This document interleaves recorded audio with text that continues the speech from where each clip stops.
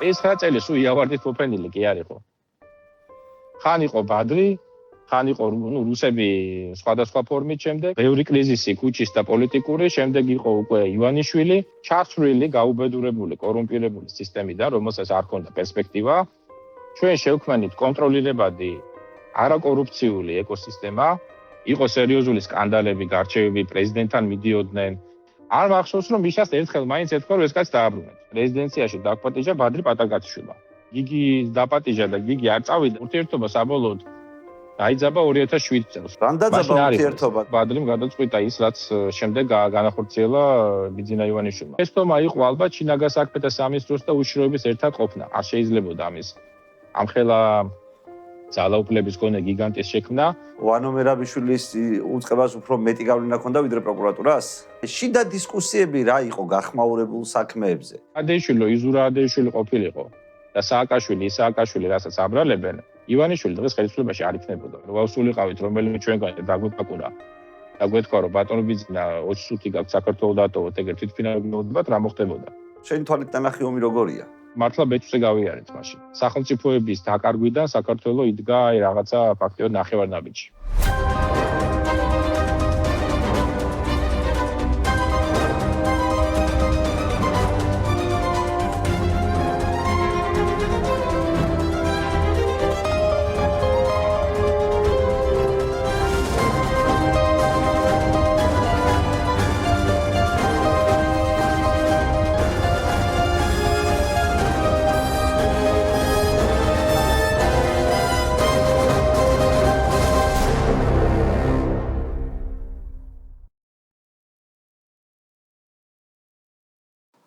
მოგესალმებით ხალხო.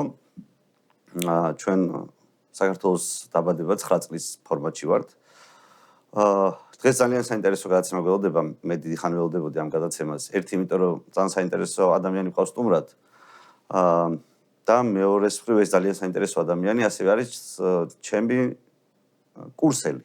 ჩვენ ერთად დავამთავრეთ თბილისის სახელმწიფო უნივერსიტეტის იურიდიული ფაკულტეტი. ბატონი დავით საყვარელიძეა ჩვენი სტუმარი. ბატონობით მე მგონი არ მიმართავთ ერთმანეთს კურსელებმა, რომ ახლა ჩვენ ბატონობით ერთმანეთს ველაპარაკოთ.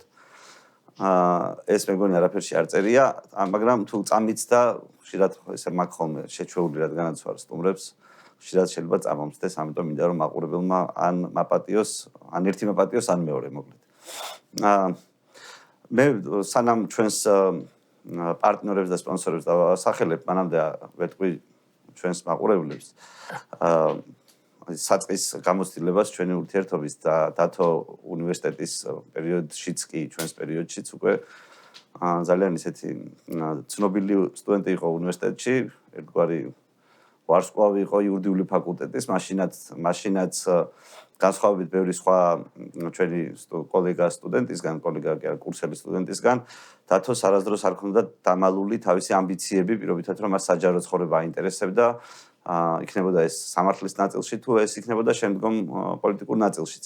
ამიტომ ჩვენ რაღაცნაირად მაშინაც ველოდებოდით, რომ საკუთარ თავზე უფრო ნაკლებად ველოდებოდი მაშინ, ესე რომ ვთქვათ, მაშინ მე სხვა რაღაცებზე ვფიქრობდი, მაგრამ დათო ვიცოდით, რომ რაღაცნაირად მეგობრობდა და მათ შორის კარგად იცნობდა ნაცმოძრაობის შიდა წრეებს, შიდა დინებებს, სხვადასხვა დროს ყავდა ბევრი სხვადასხვა მეგობარი, ამიტომ მე ვიცი რომ ჩვენ დღეს რაზეც ვილაპარაკებთ, ძირითადად შეიძლება იყოს ის საქმიანობა, რასაც ბატონი დათო აკეთებდა იუსტიციის სამინისტროში, მაგრამ ასევე იქნება სხვა კომპონენტებიც, რომელიც მათ შორის 2012 წლის შემდეგ მოვლენებს ეხება, იმიტომ რომ დავით საყვარელიძე გახდათ პარლამენტის წევრი 2012-2015 წლებში, როდესაც ნაცმოძრაობა უკვე იყო ოპოზიციაში.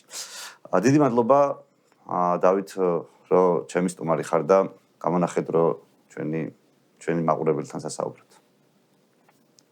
იაგო, თქვენ მადლობა მოწვევისთვის.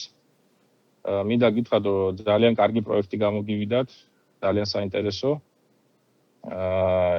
იმ პირობებში და იმ ვითარებაში, როცა 10-12 წლიანი ციკლი, ასე ვთქვათ, ისტორიის ბევრ რამეს ავიწყებს ადამიანებს, იცვლება თაობა, ამ ახალგაზრდა თაობამ ნაკლები იცის ხოლმე, ნაკლები აინტერესებს ბუნებრივია იმ პროცესების შესახებ, რაც 10 და 12 წლის წინ იყო.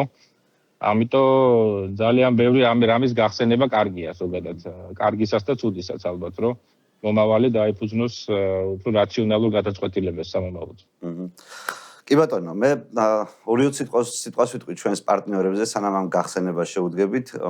ჩვენი პარტნიორი არის პირველი ქართული ვისკი ჯიმშერი. ახლა აქ რო იყოს ჩვენი სტუმარი მოგიჭახუნებდი ჭიქას, მაგრამ მაინც ასე დავიწყებდი ჩვენს გადაცემას, გაგიმარჯოს. მშვიდობით დაბრუნებას გისურვებ საქართველოში. მადლობა დიდი, მადლობა, გაგიმარჯოთ. ასევე ჩვენი სპონსორი არის ოქროს კომპანია, რომელიც ოქროს მონეტებს და ოქროს ზოდებს ყიდის, რომელსაც ქვია Gold G და მე წინა გადაცემაში ვუთხარი ჩვენს მაყურებლებს და სხვადასხვა ფორმით ამას გავიმეორებ. მთავარი ამ კომპანიის კონცეფცია არის ის, რომ ოქრო უკეთესია ვიდრე ქაღალდის ფული. და მართლა რომ შეხედოთ კაცობრიობის გამოცდილებას, როდის ირჩევენ ადამიანები ფულის შესანახად ქაღალდის ფულს და როდის ოქროს, ჩვენ სულ ვიცით, რომ ქაღალდის ფულს ზოგჯერ შეიძლება ენდობოდნენ, როცა ის ოქროზეა მიბმული. მაგრამ სხვა ნებისმიერ შემთხვევაში ადამიანები ოქროს ირჩევენ და ამიტომ ეს კომპანიაც გთავაზობთ ოქროს როგორც ფულს, როგორც საინვესტიციო საშუალებას, როგორც უკეთეს პროდუქტს, ვიდრე ქაღალდის ფული, რომელიც თავისთავად არ არის ცუდი. მოკლედ დავუბრუნდეთ. შესანიშნავი სპონსორები ყოლიათ, ვისკი და ოქრო. კი, ძალიან საინტერესო სპონსორები ყავს ამ გაგებით, ეთანხმებიან ჩემს პრინციპებს. მოდით დავიწყოთ შორიდან. დავით, ჩვენი ახალგაზრდობიდან ესე რომ ვთქვათ. შენ როცა ჯერ კიდე ნაცმოძრაობა სანამ მოვიდოდა, მანამდე იყავი შევარდნაძის ბიუროკრატიაში, როგორც მითხარი, დაბალ თანამდებობაზე კონკურსის წესით.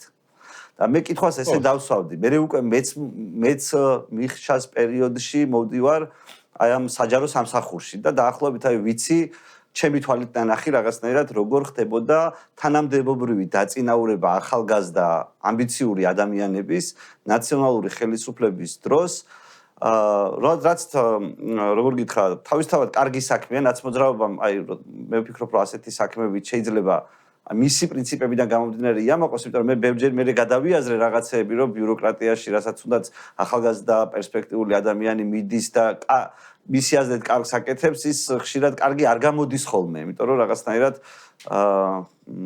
სახელმწიფო სამსახურიდან შეიძლება რაღაცას არასწორად უყურებდე.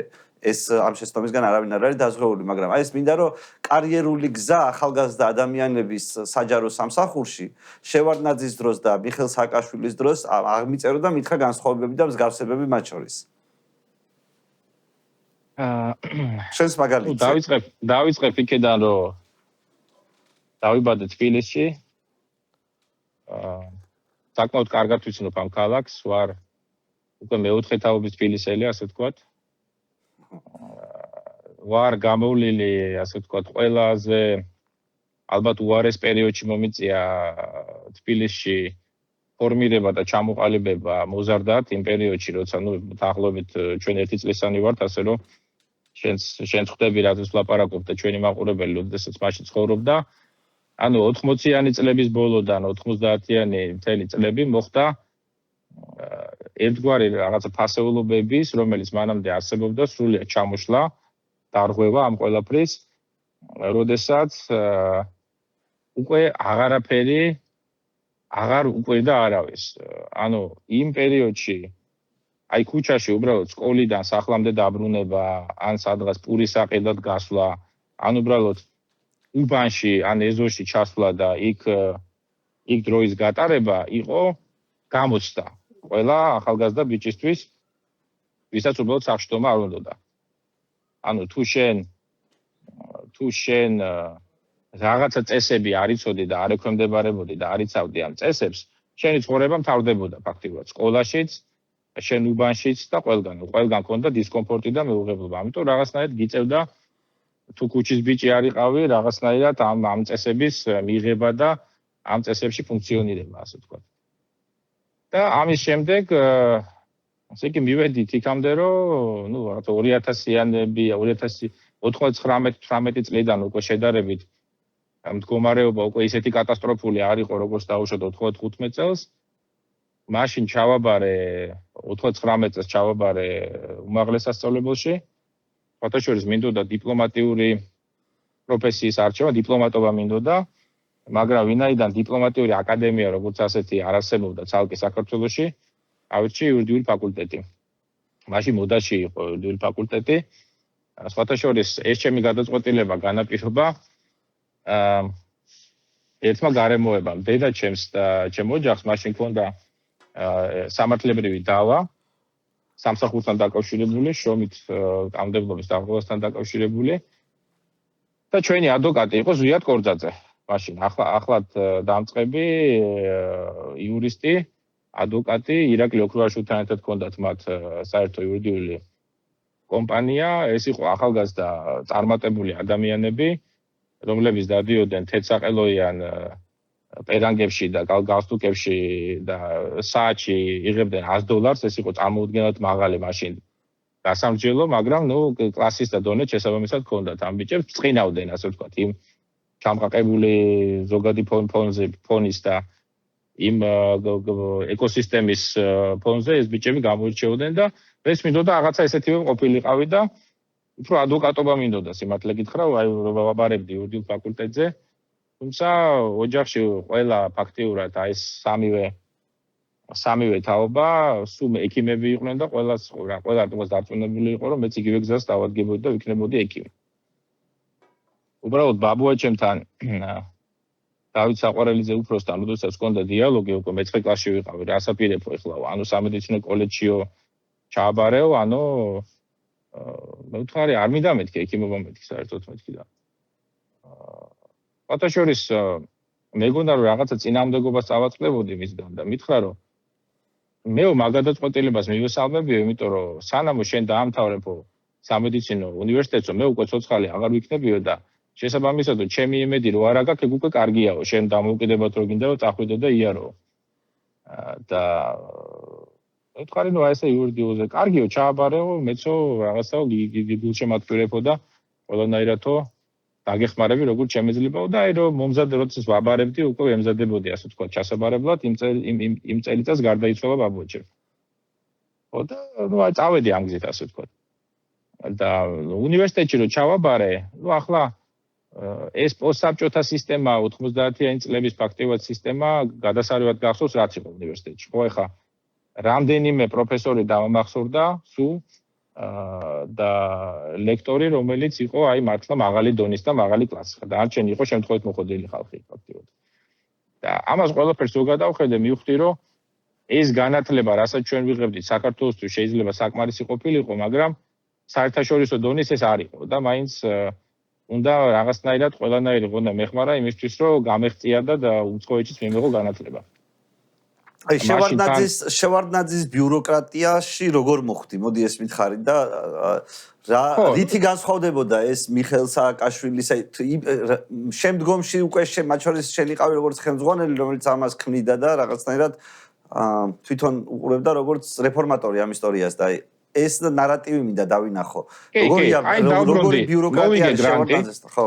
და შენ როგორი მოვიგე გრანტი, წავედი 1 წლით სასწავლებლად, ამას რატო ყვევი ახლა რომ და განათლებასთან ერთად შეერთებულ შტატებში დავიწყე მუშაობაც, სტუდენტური მუშაობა და უკვე გამიშთა ჩემი შემოსავალი. ახლა ამას აქ როცა შენი შემოსავალი გიჩნდება, საქართველოში იმ დროს $100 ერთი თვე ცხოვრობდა ხოლმე ოჯახი ფაქტიურად და მე ვაკეთებდი სტუდენტი როცა ვიყავი, ნუ დაახლოებით $1500 ვაკეთებდი ხოლმე თვეში. ახლა წარმოიდგინეთ ეს რამხელა პული იყო მაშინ საქართველოს გაგებით და რო ჩამოვედი რაღაცნაირად ვეძებდი სამსახურს, მინდოდა რომ შემოსავალი მქონოდა. წავედი ამერიკის ადვოკატთა ასოციაცია იყო, ABA ესეთი ორგანიზაცია. მაშინ მათ ჰქონდათ ვაკანსია, ვიფიქრე რომ იქ ვახავდი სამსახურს, იქ მითხეს რომ უკვე ავიყვანეთო ჩვენო ამ პოზიციაზე ადამიანი მიღებული გადაწყვეტილებაო, მაგრამ სტაჟიორობა თო გინდა გაიარებო. სტაჟიორობა არ მინდოდა მაინდა-მაინც ახლა იქ და დიდათ არ მაინტერესებდა და ამ დროს იუსტიციის სამინისტროში გამოცხადდა კონკურსი. როლანდი იყო გილიგაშვილი. გარდაიცვალა შარშან თუ არ ვცდები. გაანათლოს, კარგი კაცი იყო, სხვათა შორის ყოფილი პროკურორი იყო ისიც და ის იყო იუსტიციის მინისტრი და სადღაც 40-მდე ახალგაზრდა აიყვანეს იმ მომენტში იუსტიციის სამინისტროში, სხვადასხვა დეპარტამენტში. და მეც რაღაცა იქ მოხდი, გამიმართლა სულიად შემთხვევით მოხდი ერთ-ერთ სამმართველოში, სადაც ძალიან კარგი შემადგენლობა იყო, იქაც ახალგაზრდები იყვნენ სხვათაშორის. იქ მაქსიმუმი ასაკი ალბათ ვინც მუშაობდა იყო 35 წელი მაშინ იმ პერიოდში. დარჩენი იყვნენ აი 27, 24 ასე ამასაკის ახალგაზრდები და ძალიან დავმეგობრდით და რაღაცა შევედი მეც პროცესში, საინტერესო საქმე იყო. უბრალოდ იცით რა, აი შევადნადის დროს ვინც ახლა იქ მუშაობდა და ნურავინ მოგატყუებთ რომ მაშინ სახელმწიფო არსებობდა. იმ გაგებით და ინფორმით როგორც სახელმწიფო აპარატმა უნდა იფუნქციონიროს. აი სიტუაცია იყო ესეთი როგორი. რიგით თანამშრომელს მრჩეველი ერქვა, მაშინ ამ რიგით თანამშრომელს იუსტიციის სამინისტროს მრჩეველი. ხელფასი ჰქონდა 47 ლარი ოფიციალურად. ხელფასი გაიცემოდა მოლარე იჯდა ხოლმე დერეფნის ბოლოს, ყოველი თვის ბოლოს, ან ამდენიმე თვეში ერთხელ გაიცემოდა ხოლმე ხელფასი. და ესე არიგებდა ხელზე უნდა მოგეწერა ესე იგი უწყისში შემდეგ ესე იგი ხელი და გაძლევდა ამ ხელფასს. და ეს ხელფასი იხარჯებოდა, ხა მეტნაკლებად ყველა ახალგაზრდები ვიყავით. მივდიოდით ხოლმე ყველა მე რესტორანში ვდებდით ამ ფულს და ყველა კეიფოდით ხოლმე, ნუ ხა იმას აქში რა უნდა გაიკეთებინა სხვა. სამინისტროები და უწყებები იყვნენ გადაკიდებული ერთმანეთს. აი მაგალითად იუსტიციის სამინისტროს თავარი მტერი იყო ფინანსთა სამინისტრო და ენერგეტიკის სამინისტრო. ერთმანეთს არაძლევდნენ ესე იგი საჭირო დასკვნებს, სპეციალურად უბლოკავდნენ, იმიტომ რომ ვერ იყოფდნენ, ასე ვთქვათ, თუ იუსტიციის სამინისტრო ხდებოდა, რომ მათი გავლით, მაგალითად ენერგეტიკის სამინისტრო, ან ქონების მართვის სამინისტრო ასხვისებს რაღაც ქონებას და წილს ამათ არაძლევენ, ესე იგი მოდიოდა იქედან ესე იგი დირექტივა, რომ ამას უნდა მიწეს ცუდი დასკვნა. რომ ეს არ გამოუვიდეს. როდესაც ესე იგი დაალაგებული ურთიერთობა ჰქონდათ უკვე და რაღაცა მოლაპარაკება იყო, მაშინ ესე იგი დასკვნა იძლეოდა და გაიცემოდა. რა შეეხება შევარდნაძეს? შევარდნაძე უკვე ძალიან დაბერებული იყო და ასაკში იყო.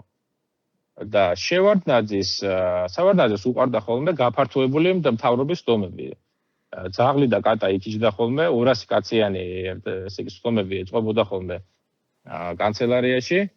და თავარი უბედურება რაც იყო შევარდნაძის მიერ გამოცემული ბრძანებულებები, კანონქვემდებარე უმაღლესი ნორმატიული აქტი პრეზიდენტის ბრძანებულება არ სრულდებოდა. აი დაბლა რო ჩამოდიოდა მინისტრს ფეხებზე ეკიდათ ხოლმე. დეპარტამენტის უფროსებს ფეხებზე ეკიდათ. გამიგეთ, აი იმაზე აღარ ამაქვს ლაპარაკი. შეიძლებოდა მაგალითად რომ მისულიყავი და დაგელობირებინა იურიდიულ სამსახურში შევარდნაძის გარკვეული ბრძანებულება, რომელიც ისე გაივლიდა ამ ყველაფერ გოლებს და შევარდნაძის ფაქსიმილიასაც დაარტყავდნენ ზემოდან, რომ საერთოდ აზიარდებოდა შევარდნაძე რა ხდებოდა. ვინ ურტყამდა შევარდნაძის ფაქსიმილიას? რა იყო მაშინ გაბაზრებული ჟარგონი? აი ბარდაგი იყო, იცით? ზოგი ქონდა იურიდიული სამსახურის უფროსსაც შევარდნაძე, ზოგი ქონდა მის ადმინისტრაციის უფროს. აი ესეთი ბარდაგი იყო. საიდუმლო ინფორმაციას ვინც დაატარებდა იმ ქალს, ქონდა 70 ლარი ხელფასი. აი საიდუმლო პოსტარაში ხო კანცელარიაში. რომ ესე იგი, რომ მივედი შემდეგ, ეს ამასობაში ხდება გარდამავალი ეტაპი იწყება, ხდება ვარდების რევოლუცია. ბიუროკრატია როგორ ხდება ამ რევოლუციას? ელოდება ბიუროკრატია რევოლუციას უხარია, არ უხარია? არა, ვერ ვიტყოდი, იცით, უფრო არ უხაროდათ, იმიტომ რომ ყველას ჰქონდა უკვე რაღაცა თავის პატარა ლუკმა, მაგრამ გასაგები ლუკმა და ადგილი და ავითარებაში ეხლა ამ კონსტრუქციის არევა რევოლუციური ძალის მიერ მათ შორის, ხო, ეხლა ანუ ფანჯიდან რომ ვიხედებოდით, ხა რევოლუციური სტრუქტურა და შემადგენლობა ნებისმიერი პოლიტიკური ძალის არის სხვა სპეციფიკის, ასე ვთქვათ. იმ მომენტში მიშა სააკაშვილი არ ეძებდა სამინისტრო კანდიდატებს, ვინც მაგალითად ვისაც სადღაც უნდა ეჭხუბათ, გამბედაობა ქონოდათ, რომ ვიღაცა მეტყევესთან რო ახვალან, მიწების გამსხვილებელთან რო გესვლის და ძაღლებს რომ მოგიქცევს, იქ ჭირდებოდა უფრო გაბედული ადამიანი და თავზე ხელაღებული, ასე ვთქვათ, ხო? იქ ხო სივებით არ ხდება ადამიანების მიღება, ასე ვთქვათ, ხო? და ამიტომ შესაბამისად ახლა ამ კონტინგენტს რო უყურებდით, ხო, ცოტა ყველას გვეშინოდა, რომ ბაცო ეს ხალხი ეხლა ვინც ჩემ კურსზე უწიგნური იყო და ოროსანი იყო, ყველამ დროშა აიღო იმ მომენტში ხელში და მეც ახლა ცოტა ისე უყურებდი სკეპტიკურად სიმართლე გითხრათ. იქამდე რომ არჩევნების დღეს ხმა მივეცი ჟვანიას მახსოვს. ჟვანია არ გვაშინებდა მაშინ. ჟვანია გამოიყურებოდა როგორც უკვე გამოცდილების მქონე პოლიტიკოსი, რომელსაც ყავდა პოლიტიკური ძალა შემოკრებილი ასევე რაღაცა გამოცდილების მქონე ადამიანებისგან, რომლებიც სადღაც მინისტრად ნამუშევარი იყვნენ, დეპუტატები იყვნენ კომიტეტებში ასე შემდეგ. და იქ იკრიბებოდა ხოლმე ხალხი რუსთაველზე ერთი-ორჯერ მეც ინტერესის გამო გავიარე, დავდექი, მოусმინე, მაგრამ როგორ იყო, იცით, უკვე აი მიდიოდა თითქოს ასე, აი კულმინაცია არ იყო პირიქით, აი ესეთი შაბეშტილება მქონდა, რომ კლებისკენ მიდიოდა მუხტი იმ მომენტში, მაგრამ აი რაღაც მომენტში მიშამ შეძლო ეს მუხტი ამ მოძრაობას მაშინ დაუბრუნა. უпростоრად ალბათ შევარნაძემ დაუშვა მაშინ ეს დიდი შეცდომა, როცა გააყალბეს არჩევნები და პრინციპში უკვე ლეგიტიმური გახდა ყველაფერი და საზოგადოებას უკვე მომწიფებული იყო, იმიტომ რომ ესე ცხოვრება უკვე შეუძლებელი იყო. ქვეყანაში, სადაც ყოველ მესამე ავტომობილს პარავდნენ ავტონაწილებს და ყოველ მეხუთე ეს ოფიციალური სტატისტიკა, ყოველ მეხუთე ავტომობილს იპარავდნენ ქუჩაში. ამ წარმოუდგენელი იყო, თუ ოდნავ კარგი მანქანა ყავდა, არ არსებობდა, რომ იმას რაღაც ნაწილი, აი Opel Vectra გახსოვთ, Opel Vectra-ებზე რო იყო ერთი პერიოდი აჩაღებული ნადირობა, კანტებს რო პარავდნენ ხოლმე და ხან დისკებს და ხან სარკებს და ხან იმას. ან თვითონ მანქანებს იპარავდნენ და შემდეგ რამდენიმე ქურდი იჯდა ლოტკინზე და თვითონ მე მახსოვს ერთი ჩემი მეგობარი ხსოვს ჩვენი კურსელი იყო. დაიწყო პოლიციაში მუშაობა და BMW ყავდა ამას მაშინ სპორტული. და ეს სპორტული BMW მოპარეს. და პოლიციელმა კაცმა დაურეკა ქურდებს და ქურდებისგან დაიბრუნა თავის მანქანა. ნუ ესეთ ქვეყანაში ცხოვრობდით მაშინ ფაქტიურად. და ეხლა ამ ვითარებაში მოვიდა ახალი ხელისუფლება, მე ისევ იუსტიციის სამინისტროში ვმუშაობ და ზურა ადეიშვილი ინიშნება იუსტიციის მინისტრად, მის მოადგილედ ინიშნება გიგი უგულავა.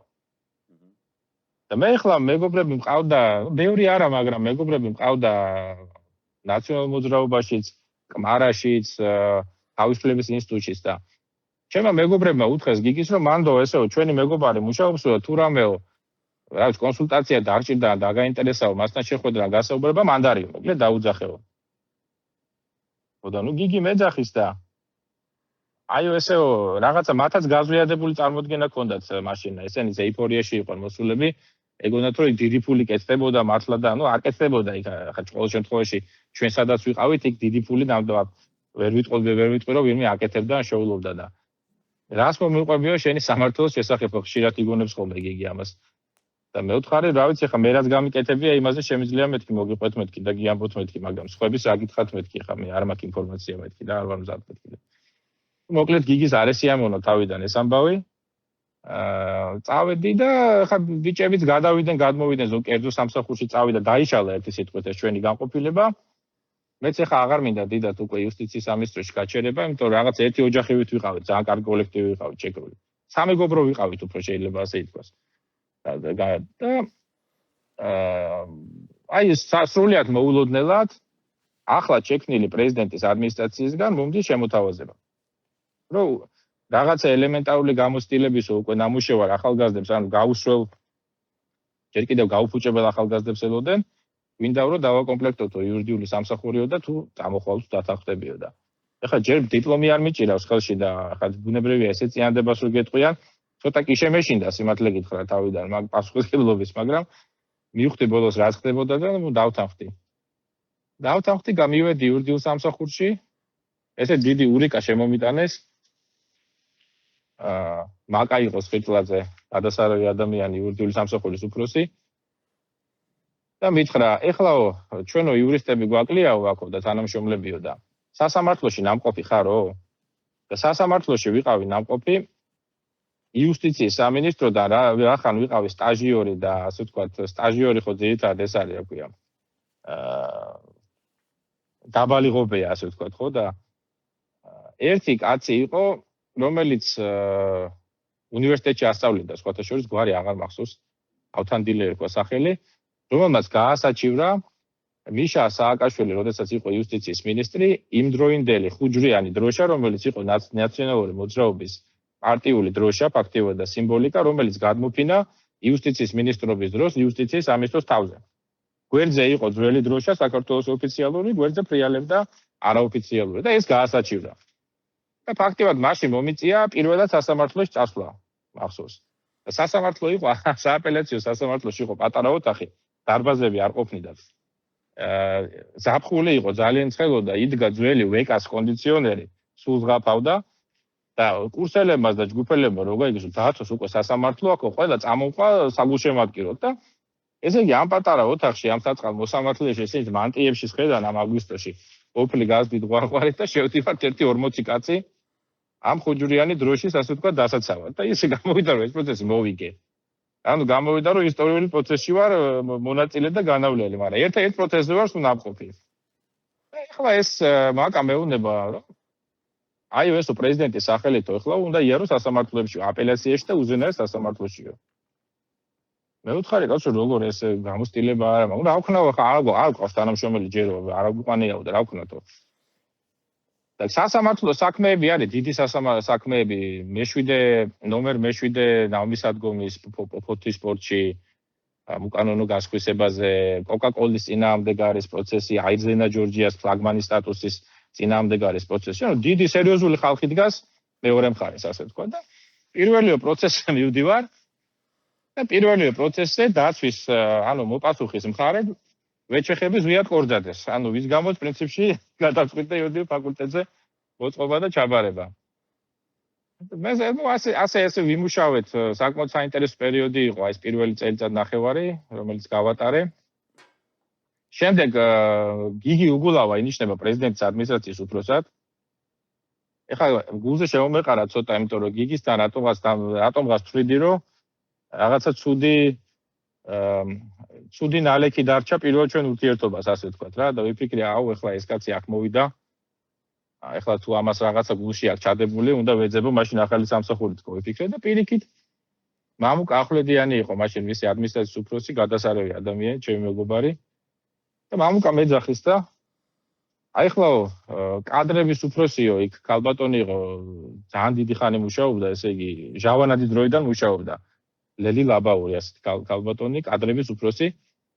და ლელიო უკვე სადაც არის პენსიაზე გავაო და გვინდაო რა ვიღაცა ახალიო, ახალგაზრდაო გავამზადოთო მის ადგილასო და აი მოადგილეთ ხო არ წახვიდოდიო. ვიფიქრე ეხლა დედა ადროს ეხა ჩემი კადრების სამსახურის უფროსია, ან იმის მოადგილეობა ხო გავგიჟდები, ანუ რა უნდა გავაკეთო რა. მეორე მხრივ ეხა პრეზიდენტის ადმინისტრაციის კადრების სამსახურის უფროსის მოადგილეობა 21 წლის ასაკში, ნუ ცოტა ისეთი ამბავია ხო ეხა რაღაცა, მაგრამ ამაზე უარი ვთქვი, მე ვთქვა დიდი მადლობა, მაგრამ მე დავრჩები სადაც ვარ და ამასობაში ზურა ჭიაბერაშვილთან მქონდა კარგი ურთიერთობა. ზურა იყო თბილისის მერი, მის გუნდთან, ანუ ძირითადად ჩვენ ჯგუფელებისგან დააკომპლექტა მანაც რაღაცა მიმართულება, მაშინ იურიდიული და არა მარტო იურიდიული აპარატი თავისი. და ვეხმარებოდი ბიჭებს, სხვათა შორის რა ჩემეძლო, მაშინ ზურა წესიერი კაცი იყო სულ და უნდა მართლა რაღაცა სიკეთე მოეტანა მაშინ ქალაქისთვის და ცვლილებები გაეტარებინა და ვეხმარებოდი პრეზიდენტის აპარატიდან რა შემეძლო ეხლა დავხმარებოდი. და ერთ-ერთი ჩემი მეგობარი მაშინ იყო გენერალური ინსპექციის უფროსი ზურასთან, რომელიც ასევე მიდიოდა გერმანიაში სასწავლებლად. და ზურამ როცა კითხა რომ კი მარაო რომ მიდიხარო რა ვქნათო, ვინ დავნიშნო, ვის მირჩევო ეხლაო და აი დათო პრეზიდენტის ადმინისტრაციაშიაო და ესეც ეხავა ალბათ იქიდან წამოსვლასაც მობეზდაო უკვე იქ რაღაც ამოწურა თავისთავიო და თუო შენო გინდაო დაველაპარაკებიო. დათა ხდებაო კი მარაო ეხა პრეზიდენტის ადმინისტრაციიდან მერიაში წამოსვლათო. გამოვთქვა მოდი სინჯაო. დაველაპარაკა ჩემი მეგობარი, მე ვთქვი კი საინტერესოა ჩვენთვის პირველი მენეჯერული ასე ვთქვათ უკვე თანამდებობა და პოზიცია, სადაც უკვე რაღაც კონკრეტულ მენეჯმენტთან და პროცესთან გაქვს საქმე. რაღაცა უკვე ამ დავემშვიდობე ჩვენ კოლექტივს იურიდიულ სამსახურში, მათ ვერ გაიგეს მაშინ რატომ მივდიოდი, იმიტომ რომ მაშინ კარგი ხელფასი იყო, ეხლა დინამიკა რომ ნახოთ ხელფასების როგორ მოხდა ვადების ევოლუციის შემდეგ. იყო 40 ლარი, შემდეგ რამდენიმე თვეში გაგვიხდა, ესე იგი $100 დაგვემატა რაღაც პერიოდი ამ სპეციალური ფონდიდან გვაძლევდნენ, პლუს ეს 40 ლარი რომელსაც ვიღებდით. შემდეგ გახდა 700 ლარი დაახლოებით ნახევარი წლის შემდეგ, 700 ლარიდან შემდეგ უცებ გაორმაგდა და გახდა 1500 ლარი. ეს იყო მრჩევლის ხელფასი პრეზიდენტის აპარატში. ნუ იუსტიციის სამინისტროში იყო 1200 ლარამდე საპროცესო. აი ესეთი სწრაფი ძალიან ნახტომი განიცადა მაშინ ყველაფერი. აბა მოდი ესე დავსვამ შეკითხვას რა. რა იყო მიმზიდველი მიხეილ სააკაშვილის პერიოდის საჯარო სამსახურში და რა იყო ახალგაზრდებისთვის მაშინ გამოწვევა? რას თავაზობდა მიხეილ სააკაშვილი ახალგაზრდა ბიუროკრატიას? იაგო, ეს იყო, აი როგორ აღიხსნათ ახლა, ეს იყო რაღაცა ბრწყინვალე ენთუზიაზმით სავსე დრო. როდესაც ახალგაზრდა ადამიანს, პატრიოტს, რომელსაც ჰქონდა ამბიციები და ახლა უამბიციო ადამიანი ცოტა არის, ყველას რაღაცა დოზის ამბიცია აქვს. იყო არაჩვეულებრივი საშუალება საკუთარი თავის რეალიზაციას. ანუ ყველაფერი გამოგვდიოდა. ყველაფერი, რასაც ხელს მოვკიდებდით, ფაქტობრივად ყველაფერი გამოდიოდა. თუ დაიჯერებთ ახლა თქვენ ერთი წელიწად ნახევარი ვიარე ესეთ პროცესებზე, სადაც იყო ძალიან დიდი, ასე ვთქვათ, ინტერესები და ბევრი ფული გადაკვეთილი ერთმანეთს, მათ შორის პოლიტიკური ლობიც. არც ერთხელ ჩემს მიმართ არ წამოსულა არც ერთი დირექტივა თუ დაიჯერებთ ხელმძღვანელობის მხრიდან და მით უმეტეს პრეზიდენტის მხრიდან, რომ ამ გადაწყვეტილებაზე ესე გააკეთეთ. ან შეცვალეთ პოზიცია მაგალითად, აი მე არ მახსოვს უბრალოდ. აი მე თვითონ დავდიოდი ინერციით და რაც როგორც მე ვთვლიდი საჭირო და სწორად, ისე ვაკეთებდი ყველაფერს. ნულოვანი ტოლერანტობა როგორ მაგის შემოსვლა, ანუ ცვლილება მართლმსაჯულებაში, როგორ აისახება შენ საქმიანობაზე ამ პერიოდში და ზოგადად ანუ მე მაგალითად ჩემ პოზიციას გეტყვით, ნულოვანი ტოლერანტობა იყო ის პროექტი, რომლის მერეც მე სისხლის სამართალზე ზოგადად უარი ვთქვი, ანუ ჩავთვალე რომ სისხლის სამართალი ჩემი საქმე არ არის, როგორც ადრე არ ეშველა ამ ქვეყანაში სისხლის სამართალს, არც ახლა არ ეშველა სისხლის სამართალს. მე ქართული ოცნების დროსაც მოხდა ეს პერიოდი, როდესაც მივხვდი რომ არც მაშინ არ ეშველებოდა სისხლის სამართალს, როდესაც გასაგები გახდა რომ მართლმსაჯულების სისტემა არ იცვლებოდა. აი შენთვის ეს რა გავლენას ახდენს, ეს პროცესები შენზე რა გავლენას ახდენს? აი ხა მე ზუსტად ალბათ ყველაზე კარგი მაგალითი ვარ ამ ნულოვანი ტოლერანტობის, როგორ მოხდა საქმეში და რეალიზაციაში ეს ამბავი. თანხმდები მერიაში, ესე ვთქვათ, გენერალური ინსპექციის უფროსად დანიშნვაზე 23 წლის ასაკში. ჩავდივარ, უკვე მიღებულია გადაწყვეტილება, ვიზირებულია, ასე ვთქვათ, წარდგინება არის ქალაქის პრემიერის, ესე მაშინ ესე ხდებოდა მერზე და მერმა უნდა მოაწეროს ხელი და მისაღებში ვზივარ და მაშინ მერი ინიშნებოდა, ჯერ არჩევნები არ იყო მერის. და დაელოდეთო ზურაო პრეზიდენტმა გამოიძახაო, ჭიებერაშვილზე მეუბნებიან და დაელოდეთო მისაღებშიო, მალე დაბრუნდებაო და ხელს მოაწერსო. უყურებ ტელევიზორში არის პრესკონფერენცია დანიშნული, პრეზიდენტი დგას შუაში, მარჯვნივ უდგას ზურა ჭიებერაშვილი, მარცხნივ უდგას გიგი უგულავა და ამბობს. გადაწყვეტილება მივიღეო, ვცვლიო მერსო, ახალი მერი ეყოლება ქალაქსო და ზურას მაგივათო, მადლობაო ზურასო, ზურა ელჩად წავიდა, მას შემდეგ თუ არ ვწდები, იქნება გიგი უგულავაო. ახლა რა უნდა გამეკეთებია, დავხიე ეს ჩემი წარდგინება და უკვე დავბრუნდი ადმინისტრაციაში, რომ წამოვიღო ჩემი ნივთები. და მეორე დღეს მირეკავენ, რომ გიგი უგულავა გეძახისო, ვაახმეთქი გიგი უგულავა. ჩავედი გიგისთან, აი რაც შეეხება ასე ვთქვათ სოციალურ ლიფს ნაცმოძრაობის დროს, როგორ მუშაობდა ეს ამბავი. ადამიანს არ ვიცნობ ფაქტიურად ნორმალურად. არა ვარ ნორმალურად შენახვედრიც კი ერთხელ რაღაცა 10 წუთიანი საუბარი მქონდა და მორჩა. და მეუბნება მეო ზურას კადრებთანო არავითარი პრეტენზია არ მაქვსო. ზურა წესიერი კაციაო და შესაბამისად მასო კარგი წესიერი ხალხი ყავდაო.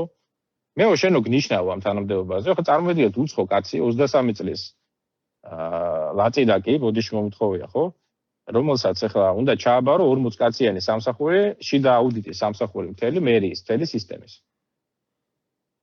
და მეც ახლა რაღაც ჩინოვნიკური წავიკითხე, ასე ვთქვათ, მონოლოგი, რომ დიდი მადლობა ნდობისთვის, ვესტები არ გავამტყუნო თქვენი ნდობა, ამან კაი ახლა ეს ბალამუტი არ მინდაო, საქმეშიო, საქმით გადამიხადე, მადლობაო.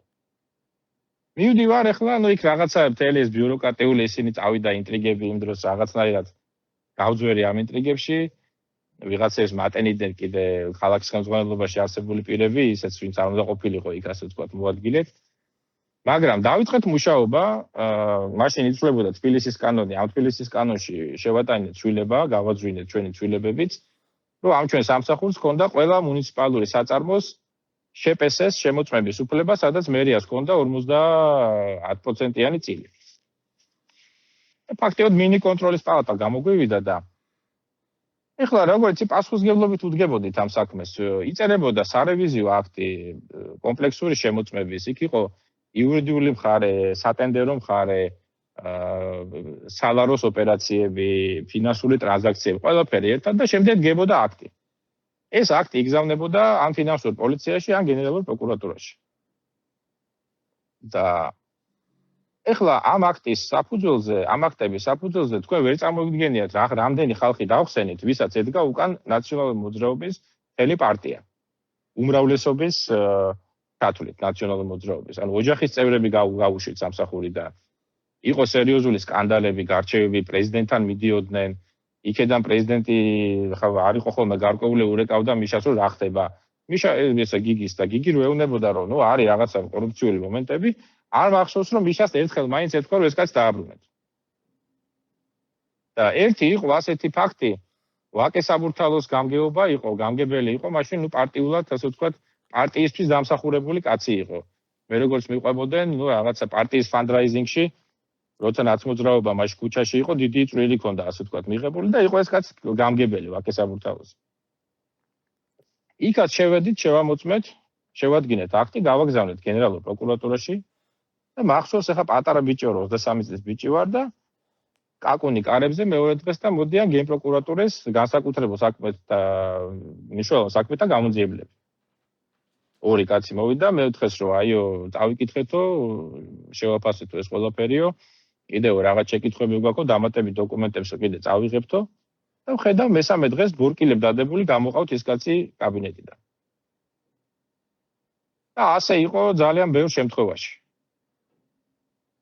ხო რა თავისიანი თუ იყო და ფანდრაიზინგში თუ ეხმარებოდა მიშას მაშინ როცა ოპოზიციაში იყო ბორკილდადებული რატო გამოიყვანეს სატელევიზორით ასეთი რა დააშავა იცით რა აი ესეთი პოლიტიკა იყო მაშინ იცით რა აი ჩვენც მერე მოგვიანებით მე რო გავხდი გენერალური პროკურორის მოადგილე პირველი ხო და ვიყავი თბილისის პროკურორი ვიყავი შიდა ქართლის პროკურორი კორუფცია გახდა ამორალური ყველასთვის ჩვენგანისთვის რა ანუ იმდენად სამარცხვინო მოვლენა იყო რომ აი რომელიმე ჩვენგანს ჩვენს გუნდში ჩვენ სამეგობროში რო აიღო გრთამი და სხვებს რო გაეგოთ ეს იქნებოდა დასასრული ყველასთვის ალბათ იქნებოდა ტრაგედია პირადი ნუ ეს წარმოუდგენელი ამბავი იყო იაგო მე წავედი ესე იგი წელიწად ნახევრის მერე დავწერე განცხადება მერიიდან მივიჩნევდი რომ ჯერ კიდე რაღაცა მაინც სწავლა მინდოდა და წავედი იაპონიაში სასწავლებლად მოკლედ მაგისტრატურის გასაკეთებლად რეგიონული განვითარების მაგისტრატურა იყო ესეთი.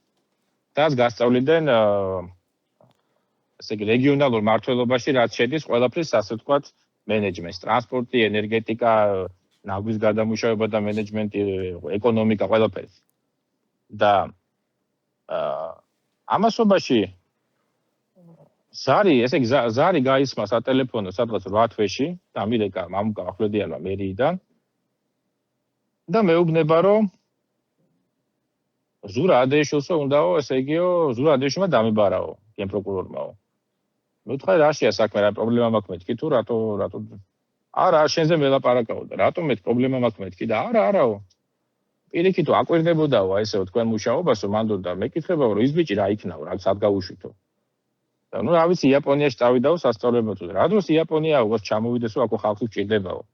მაგასო უკვე ამხელა გამოცდილება აქვს და თან კარგი ხარისხის ისინი მოდიოდაო, ასე ვთქვათ, მასალებიო და აი იცი რა მიუხედავად იმისა რომ ბევრი ვიორჭოფე სანამ გადაწყვეტილი რომ მივიღე რომ დაბრუნებულიყავი არ იყო ეს ადვილი გადაწყვეტილება აი ის შეკითხვა რაც მე დავსვი ფაქტიურად არის აი ამ 9 წლიანი მართლა ბრწყინვალე ეპოქის ერთ-ერთი კვინტესენცია აი ყველაზე ნათელი გამოვლინება ხელფასი მეთქი რამდენი მექნება მეთქი ვიკითხე ორი საოლქო პროკურორი ორი სამხარეო ესე იგი ორი რეგიონი გაერთიანეს ფეთამთიანეთი და შიდა ქართლი და 25 წელს ბიჭ მეუბნებიან რომ შეუნდა გახდე ამის პროკურორი და აი რომ აი ხა მე ქვეყანაში ვარ სადაც არც ერთი პროკურორი საოლქო მაგ შეკითხვას არ დასვავს გაეცინება ალბათ გამიგეთ იმიტომ რომ ნუ ეხა რა ხელფასია ლაპარაკი აზე ვილაპარაკებ ხო ამდენი შესაძლებლობა გეშლება კორუფციის გამდიდრების ბიზნესის ლობირების ყველაფრის და აი ეს და ამდენიო და იცით რაღაცა ნუ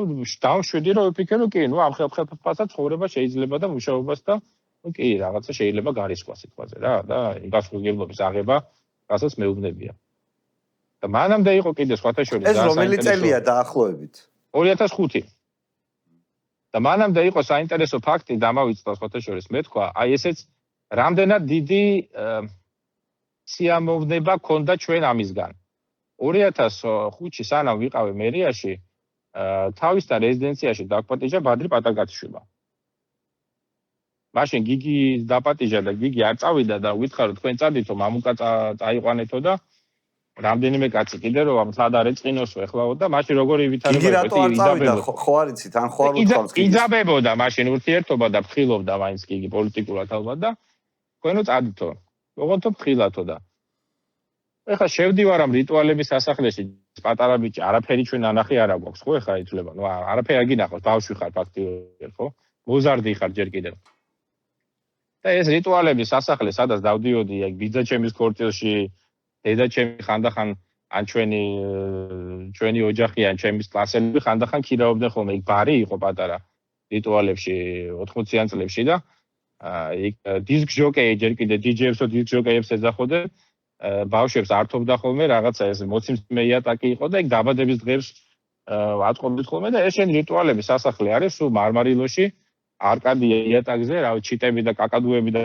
ლალის რაღაცა და პირველად ნახე მილიარდერი ჩემს ცხოვრებაში და მის ცხოვრების წესი ასე ვთქვა და შევედით გვერდზე ქონდა მიშენებული უზარმაზარი ლამაზი სხვათა შორის ძალიან ფართი სადაც სხვადასხვა საქართველოს სხვადასხვა მხარეების აუთენტურ სტილში ქონდა გაკეთებული ეს საკეიფო კუთხეები და დავსხედით ბადრი ცოტა მოგვიანებით შემოგვერდა ჩემ გვერდზე დაჯდა მაშინ გავიგე პირველად რა იყო დეტოქსი სხვათა შორის ორი კვირა მარტო მაწონს ჭამოიგ არაფერი უჭამია ჩვენ სადაც ვიჭიქით მაგიდაზე და რაღაცა ვისაუბრეთ დავიწყეთ საუბარი შევყევით მე და ბადრი და რაღაცა პაუზის მერე მეუბნება რომ ახალგაზრდაო თქვენო თუ საიდუმლო არ არის ადმუშაობთო ვთქარი აქა და აქ მეთქი თუ ხერხული არ არის რამდენი გაქვს თო ხელფასიო მე ვთქარი გამონდის მეთქი 1300 ლარამდე მეთქი სადღაც ანაზღაურება მეთქი კარგითო მოდითო მეო 5 მოგცემთო ხელზეო დოლარსო და იმ მანქანა რაც გემსახურებათო იმაზე ბევრ უკეთეს მანქანას მოგცემთო ოღონდ თუ ჩვენთან სელფორჩიო წამოდით სამუშაოთო ეხლა ვფიქრობ და ვზივარ $5000 ეხლა ჩემთვის წარმოიდგინეთ მაშინ ამხელა 2005 წელია და ვფიქრობ ეხლა ნუ რაღაც მესია მონა ეხლა ეს ამხელა კაცია ჩამოსული ეხლა რავი მთელი საქართველოს იყიდა ამის უკვე და ესა და მაგრამ მეორე მხრივ აი რაღაცა იცით რაღაცნაირად აი გამკრა შიგნით და შინაგანად აი რაღაცა იმან აპერწკალმა და ვეუბნები რომ თით ბატონ ბადრი მეთქი მადლობა მეთქი ძალიან ვაფასებ მეთქი თქვენ შემოთავაზებას მაგრამ მე მაინც მეთქი სახელმწიფო სამსახურს ჩემი თავი არ მომიწურავს მეთქი იმას რასაც ჩვენ ვაკეთებთ მე ვთხარი ეს მე ვთვლი რომ ეხა ამ ეტაპზე ძალიან მნიშვნელოვანია მეთქი და მე ჯერ კერძო სამსახურზე არ ვფიქრობ მეთქი სიმართლე გითხრათ მეთქი მე კიდე ორი კვირა გავიდა და მე მისი ახლო მეგობარი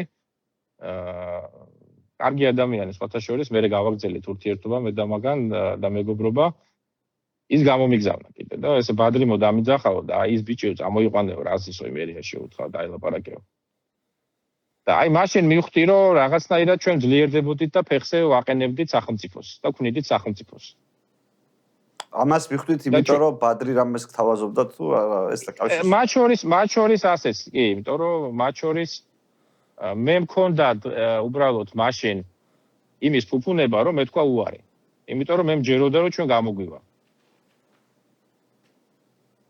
ხო მაგრამ ეს იყო დიდი პროექტი ყველას ჰქონდა აი როგორ აგიხსნათ ეს ყველას ჰქონდა იმის განცდა რომ ჩვენ ვართ რაღაცა დიდი პროექტის მონაწილე და იყო სასწაული ტემპი იყო აი სასწაული კახაბენდუკიძეს აქვს ნათქვამი ჩემთვის აი რაღაც ვისხედით მე გონი კიევში ვიყავით თუ არ ვცდები ბოლოს ერთად და არც ერთ სახელმწიფოს ასეთ მოკლე ვადაშიო არ არსებობს სხვა პრეცედენტი ესეთი ნახტომი გაეკეთებინოს როგორც ჩვენ გამოგვივიდა და ალბათ აღარც გამოუვა არავის უკვე დიდი ხანია კიდევ და მე იცით რა ისე ახსნას ვთილობ იმ $5000 მეტად მაშინ დავაყენე იმ მომენტში აი სიამოვნება ამ შემთხვევაში იცით თქვენ როგორ ფიქრობთ უსაფრთხო იქნებოდა ბადრისთან გადასვლა იმ პერიოდში თქვენთვის როგორც ნახა შეიძლება არ დაეჭირეთ მაგრამ არა არ იყო ეგეთი დაძაბული მაშინ ჯერ კიდე ურთიერთობა საბოლოოდ დაიძაბა 2007 წელს უკვე 2006-ის ბოლოს 7-ში რამ დაძაბა ურთიერთობა და ხო არ იცით რამ დაძაბა ურთიერთობა თქვენი გადმოსახედიდან ურთიერთობა დაძაბა იმან რომ ბადრიმ გადაწყვიტა ის რაც შემდეგ განახორციელა ბიძინა ივანიშვილმა ქვეყნის ხელს ჩაგდება ბადრის ჰქონდა გადაწყვეტილი როგორც ოლიგარქს, ჩაიგდო ხელში აქტივი, ასე ფიქრობენ ისინი. ხა ბევრ საქართველოში არ ესმის, როგორ ფიქრობენ ოლიგარქები. მე ალბათ 6 კაცთან მაინც მქონია ურთიერთობა, რაც წამოვედი საქართველოდან და საქართველოშიც მათ შორის ბადრის ჩათვლით, ვისაც მილიარდზე მეტი აქვს ნაშოვნი, ასე ვთქვათ. და ვიცი ფსიქოლოგია ამ ადამიანების როგორ უყურებენ. ისინი უყურებენ საქართველოს როგორც აქტივს, რომლის კონვერტირებაც შეიძლება მაქსიმალურად. ვინაიდან მას აქვს სახელმწიფო ფუნქციები. ანუ რაშიც ისინი მთელი ცხოვრება ფულს იხდიდნენ, აი მაგალითად როცა რუსეთში ცხოვრობდნენ, ხო? შენ რუსეთში ცხოვრობ, გაქვს ხარჯვითი ნაწილი, უნდა იყიდო შინაგან საქმეთა მინისტრი, ან ვიღაცა შინაგან საქმეთა სამინისტროს მაღალი თანამდებობის უშიშროება, პროკურატურა, სასამართლოში უნდა ფული აძლიო მუდმივად, უნდა პრეზიდენტთან მიხვიდე, ან ვინც არის იმ მომენტში ლიდერი, რომ ერთ ადგილას ყოცნო მუდმივად, რომ შენ კონდეს გარანტია, რომ ხვალ ვინმე არ შემოგივარდება სახში. აქ ყველაფერი შენ გეკუთვნის. გამიგეთ? არაფერს ფული არ გეხარჯება. პირიქით. ამან შეგიძლია შენ სარგებელი მოგიტანოს. აქეთ გადაგიხადონ ფული. რა თქმა უნდა, ხა პორტები გაქვს, ენერგეტიკა გაქვს, ბანკები, რაც უნდა ისაკეთე. შენი სამეფოა.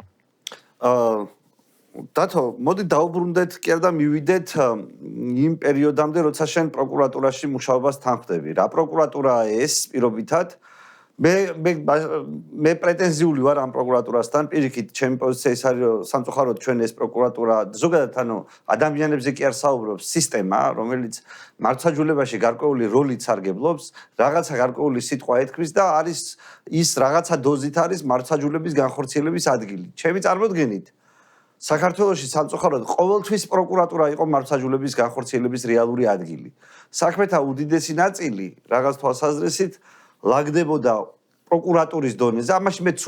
ამას არ ვამბობ როგორც კრიტიკას.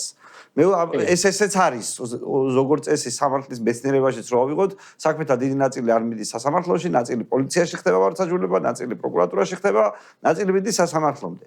მაგრამ ნაცვალწლების დროს იყო სპეციფიური ბალანსი ამ ყველაფერთან დაკავშირებით. და თქვენ როგორ უყურებთ? მე დაუშვათ კრიტიკული ვარ ნულოვანი ტოლერანტობის მიმართ. მე ვიცი რომ თქვენ არიყავით ის ადამიანი პროკურატურაში, რომელიც საქმეებს ალაგებდა და რომელთანაც ადვოკატები მიდიოდნენ, რომ ჩემი ბრალდებული ახლა ამ ციხეში მიდიქნება რამე დამეხმარო. ვიცი რომ შენ ეს ადამიანი არიყავი, მაგრამ ვიცი რომ შენ გესმის როგორ ფუნქციონირებდა ეს პროკურატურა. სიამოვნებით, ამაზე შემიძლია ბევრი ვისაუბრო.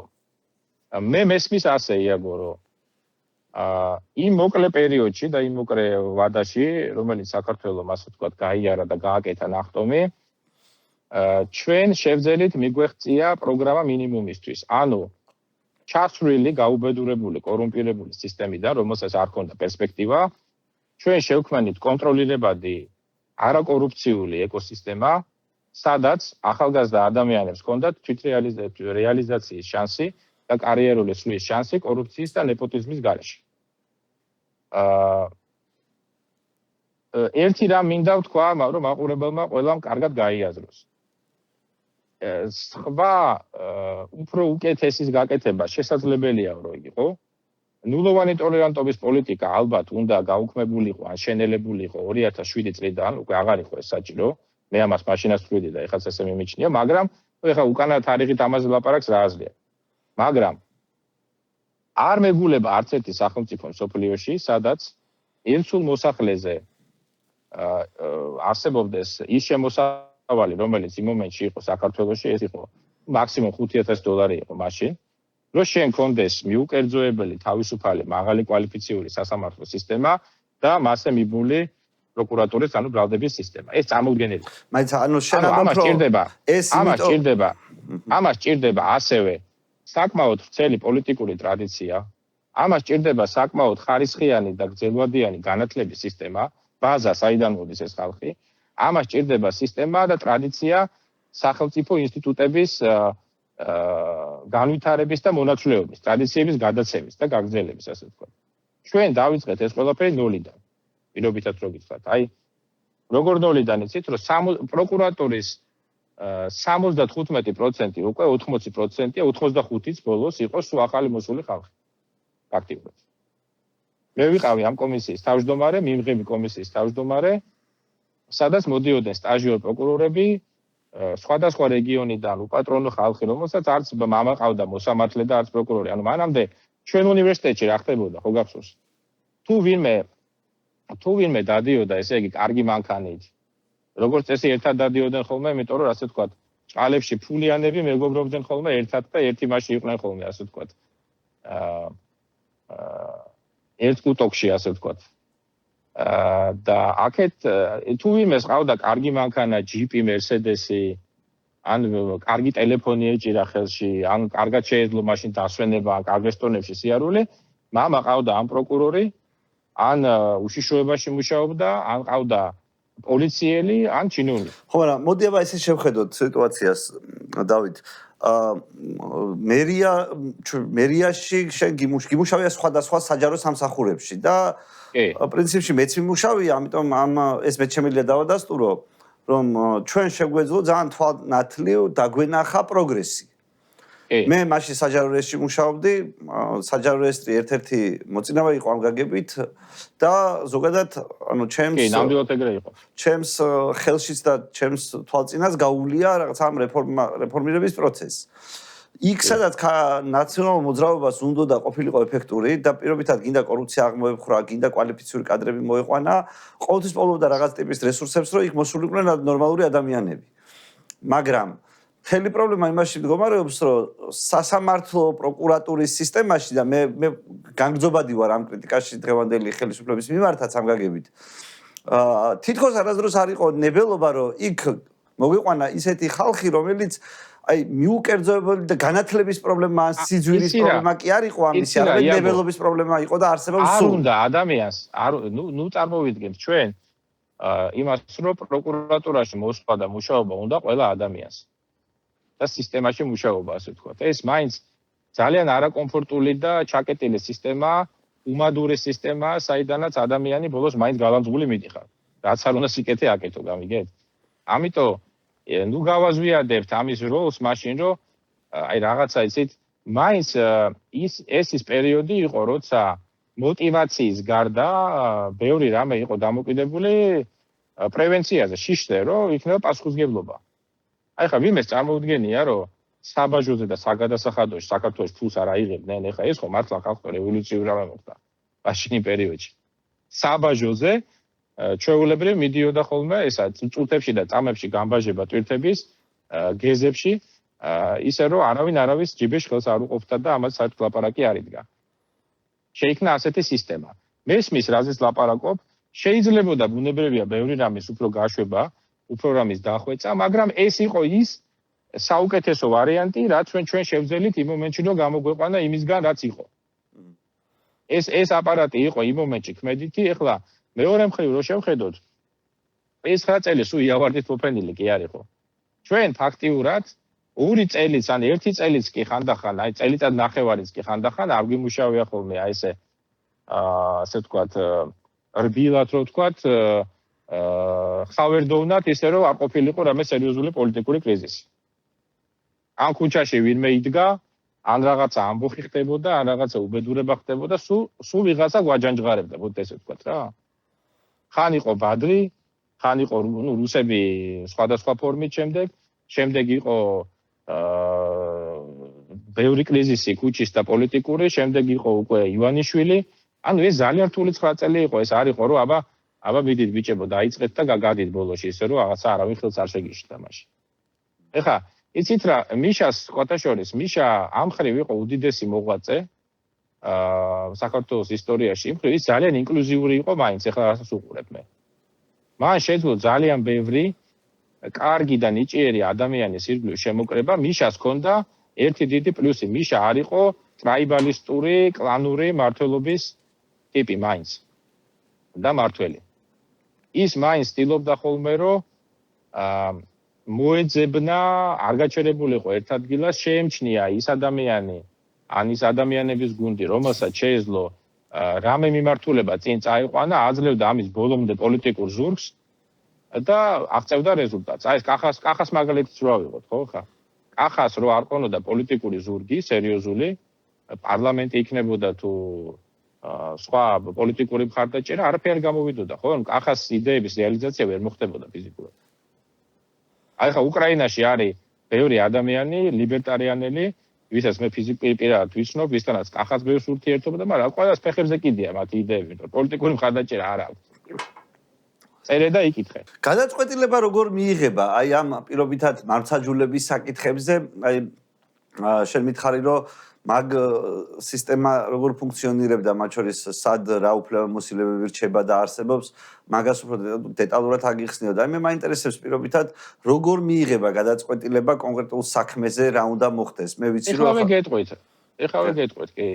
ნუ პროკურატურა არის ვერტიკალური დაწესებულება და ვერტიკალი. ყველა გადაწყვეტილება თან ხდება ზემდგომთან.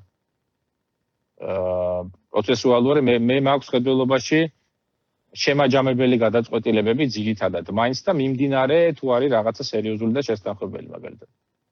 რაც შეეხება მაგალითად კონკრეტულ დანაშაულებთან დაკავშირებით დაუშვათ აღკვეთ ღონისძიებებს, ხო? ამაზე იყო შედგენილი სპეციალური რეკომენდაციები გენერალური პროკურორის, იგივე სისტემა ფუნქციონირებს შეერთებულ შტატებში, ეგრეთ წოდებული გაიდლაინები, სადაც იყო გაწერილი ტიპიური, ასე ვთქვათ, მოქმედების მოდელი, როგორ უნდა იმოქმედოს პროკურორმა და რა გადაწყვეტილებები უნდა მიიღოს. ბუნებრივია, მას ჰქონდა ამ რეკომენდაციიდან გადახვევის უფლებამოსილებაც, მაგრამ მას ეს უნდა დაესაბუთებინა ან ზემდგომისთვის, ან წერილობით და აიხსნა, რატომ გადაუხვია ამ გაიდლაინს. ამგვარად ხდებოდა სისტემის კონტროლი და იმ რისკების მინიმუმამდე დაყვანა, რასაც შეიძლებოდა, ასე ვთქვათ, რაც შეიძლება დაკავშირებული ყოფილიყო კორუფციასთან და პროტექციონიზმთან. ომი მაინტერესებს. ომი როგორ აისახა შენ ცხოვრებაში და ომის შენ თვალით ნახი ომი როგორია? ომი საკმაოდ ძიმედ აისახა, ვინაიდან იცით რა, მაინც წინა დღეს იყო სრულიად სხვა განწყობა 2008 წელს იყო ხალხში მაინც იმედი იმისი, რომ ტერიტორიული მთლიანობა მაინც შეიძლება რაღაც ფორმით ჩვენ აღვიდგინოთ ნაწილი მაინც. და მეორე დილას, როდესაც თავზე გადამიფრინა, ზუსტად დროსაც გეტყვით, იყო დაახლოებით 10 საათი და 20 წუთი გადაგვიფრინა თავზე რუსულმა ბომბდამშენმა და გორში რამდენიმე რაიონში ჩამოაგდო ბომბი. დაბომბა ბამბეულის კომბინატი იყო თუ არ ვცდებით, კომბინატის დასახლება იყო ესეთი ადგილი, იქ ჩამოაგდო და შემდეგ ესროლა რამდენიმე საცხოვრებელ სახლს. და აი რაღაცა პირველად თავში გამიელვა იმან, რომ ალბათ ეს რაღაც სიზმარია ან კინოფილმში ვარ, მძაფ სიუჟეტიანში, იმიტომ რომ ესეთი ახლა თვითფრინავმა თავზე გადაგიბეს ბომბა ჩამოყაროს რაღაცა საოცრებათა მხოლოდ სფეროდან თუ შეიძლებოდა რომ წარმომედგინა, მაგრამ მე მივხვდი რომ ეს არის ჩვენი რეალობა. ეხლა კიდე რო ხვდები, იცით, მაშინ ეხლა მაინც გონია რომ რუსეთი მაინც მომზადებელი იყო. არ ქონდათ მზად გეგმა ბოლომდე დამუშავებული საქართველოს დაპყრობის და ისინიც მოქმედებდნენ ქაოტურად. ამ გამოცდილებიდან ეხლა რო უყურებ პრინციპში ჩვენ კიდე კარგად ვართ გადარჩენილები, მაშინ მინდა გითხრათ. ეს სურათები რომ ახსენდება, იცით, ამ დაცლილი გორის, როცა აი მტერი შემოდის ფაქტიურად და ნუ ქალაქი დაცლილია. და დგეხარ კასპთან, აქეთ პოლიციის ძალებთან ერთად, აქეთ მაშინ მირეკავდა артиллерიის გენერალი იყო მაშინ თევი ჭანკოტაძე და მეუბნებოდა რომ დათო იქნებ რამდენიმე კოშიანი ტრაქტორი გამომიგზავნო აქა და დაარმოდით რაღაცა სტილობდით რომ ეს ტრაქტორები გვეშოვა. მახსოვს ტრაქტორისტის თვალებში შიში რომელიც უარს აცხადებდა ტრაქტორზე დაждომაზე და წასვლაზე, როცა სანგრები იყო გასათხრელი. იქ პოლიციის უფროსი იყო მაშინ გელა ანჯაფარიძე, გელამ თქვა რომ მე დავждები შესმაგივად ნუ გეშინია წავიდეთ და აი ესეთი იცით ძალიან ძიმე იყო ეს ყველაფერი და მართლა ბეჭვზე გავიარეთ მაშინ. მინდა გითხრათ რომ სახელმწიფოების დაკარგვიდან საქართველოს იდგა აი რაღაცა ფაქტიურად ნახევარნაბიჯი. იზით რა მაინტერესებს, აი ბევრი ისეთი საქმეა, საკამათო საქმეა ნაცმოძრაობის, რომელიც მათ შორის აი ამ ძალოვან უწყებებს უკავშირდება და მე მაინტერესებს, აი შიდა დისკუსიები რა იყო გახმაურებულ საქმეებზე. იგივე თუნდაც ყველასთვის ცნობილი გირგვლიანი საქმე იქნება ეს ბუტარო ბაქიძის საქმე იქნება ვაზაგაშვილის, რაც პოლიტიკური დისკუსიის საგანი გახდა. აი ამ საქმეებზე დისკუსია სად მიმდინარეობდა და ზოგადად აი ამ იმისი ნულოვანი ტოლერანტობის პოლიტიკის აღსრულებაზე. აი როგორ და ეს აღსრულებული იყო ტექნიკურად, როგორ მართავდა ამას ადეიშვილი? მოდი ესე შევხედოთ. მე ალბათ პასუხს ვერ გაგცემთ მაგაზე უკვე, იმიტომ რომ მე რომ მოვედი პროკურატურაში იყო 2007 წელი, როცა ორივე საქმე უკვე მანამდე იყო მომხდარი ფაქტიურად, ერთი იყო 2005-ში, მეორე 2004-ში. ამიტომ ეს უკვე გავლილი იყო ბუნებრივია იცით ახლა პროკურატურაშიც ახლა მე ვერ გეტყვით რომ ბალანსი მაშინ სამართალდამცავ ორგანოებს შორის დარღვეული არ იყო. უნდა ითქვას რომ პროკურატურა არ იდგა იმ ადგილას სადაც უნდა მდგარიყო მაშინ. ბევრი პროკურორი და ჩვენც მათ შორის ხშირად გამოხატავდით ხოლმე ამის თაობაზე რაღაცა უკმაყოფილებას ერთმანეთშიც ხელმძღვანელობასთანაც რომ ესე არ შეიძლება, იმიტომ რომ შეცდომა იყო ალბათ შინაგან საქმეთა სამინისტროს და უშიშროების ერთად ყოფნა. არ შეიძლებოდა ამის ამხელა ძალაუფლების გონე გიგანტის შექმნა და ამხელა გავლენის შექმნა, რამაც დაარღვია ბალანსი ერთგვარად. ანუ პროკურატურა მაინც რომ პროკურატურა ყოფილიყო და თავის ადგილას მდგარიყო მაშინ ჩვენ ბევრ ამას თავიდან ავირიდებდით. ანუ შენ ამბობ რომ პროკურატურას უფლებამოსილებები აკავდა? არა, პოლიტიკური ბალანსი იყო გავლენის დარღვეული. ანუ არ ქონდა პროკურატურის ხელმძღვანელობას იმხელა გავლენა, რაც ქონდა მაშინ თუნდაც უშიშროების და შინაგან საქმეთა სამინისტროს ადეიშვილი არ არის მაშინ პროკურატურაში? ადეიშვილი არ არის, მაგრამ არ ქონდა მაინც იმხელა გავლენა, იცით? აი რაღაცეებში მაინც ის ვერ აღწევდა იმ ბალანსს, რაც უნდა მომხდარიყო და ეს იყო რაღაცა პოლიტიკური ბალანსის დარღვევის ბრალია. ანუ შენ ფიქრობ, რომ იმ პერიოდში იმ ხელისუფლებაში ვანო მერაბიშვილის უწყებას უფრო მეტი გავლენა ჰქონდა ვიდრე პროკურატურას? კი, ეს ფაქტია. რაც ეხება პოლიტიკურ გავლენას. და სასამართლოსთან პროკურატურის ურთიერთობა როგორია? როგორ ხდება ის, რომ სასამართლო პროკურატურის ყველა მოთხოვნას თითქმის აკმაყოფილებს? და თან თუ გავლენა არ აქვს სასამართლოსაც ჰქონდა. იცით, ეს იყო შეთანხმებული, ასე ვთქვათ, ეს იყო სისხლის სამართლის პოლიტიკის შემადგენელი ნაწილი. სისხლის სამართლის პოლიტიკის სინქრონიზება ხდებოდა უზენაესი სასამართლოდან ქვემო ვერტიკალში და ხდებოდა პროკურატურის გენერალურიდან ქვემო ვერტიკალში. ეს იყო იდენტური ერთ პრინციპებზე და ერთ მიზნებზე დაფუძნებული პოლიტიკა შესაბამისად და მოსამართლეებსაც ჰქონდათ თავის, ასე ვთქვათ, თავის შიდა სასამართლოს გაიდლაინები, ასე ვთქვათ. ახლა რა ქვია, რა ერქვა, აღარ მახსოვს მაგას, მაგრამ უზენაესი სასამართლოს პლენუმის გადაწყვეტილებები იყო თუ რა იყო, არ ვიცი, მაგრამ იყო ესეთი.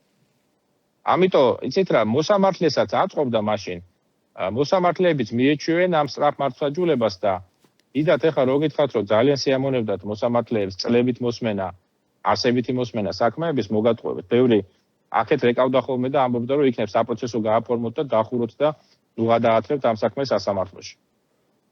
ესეთებიც იყო ხოლმე.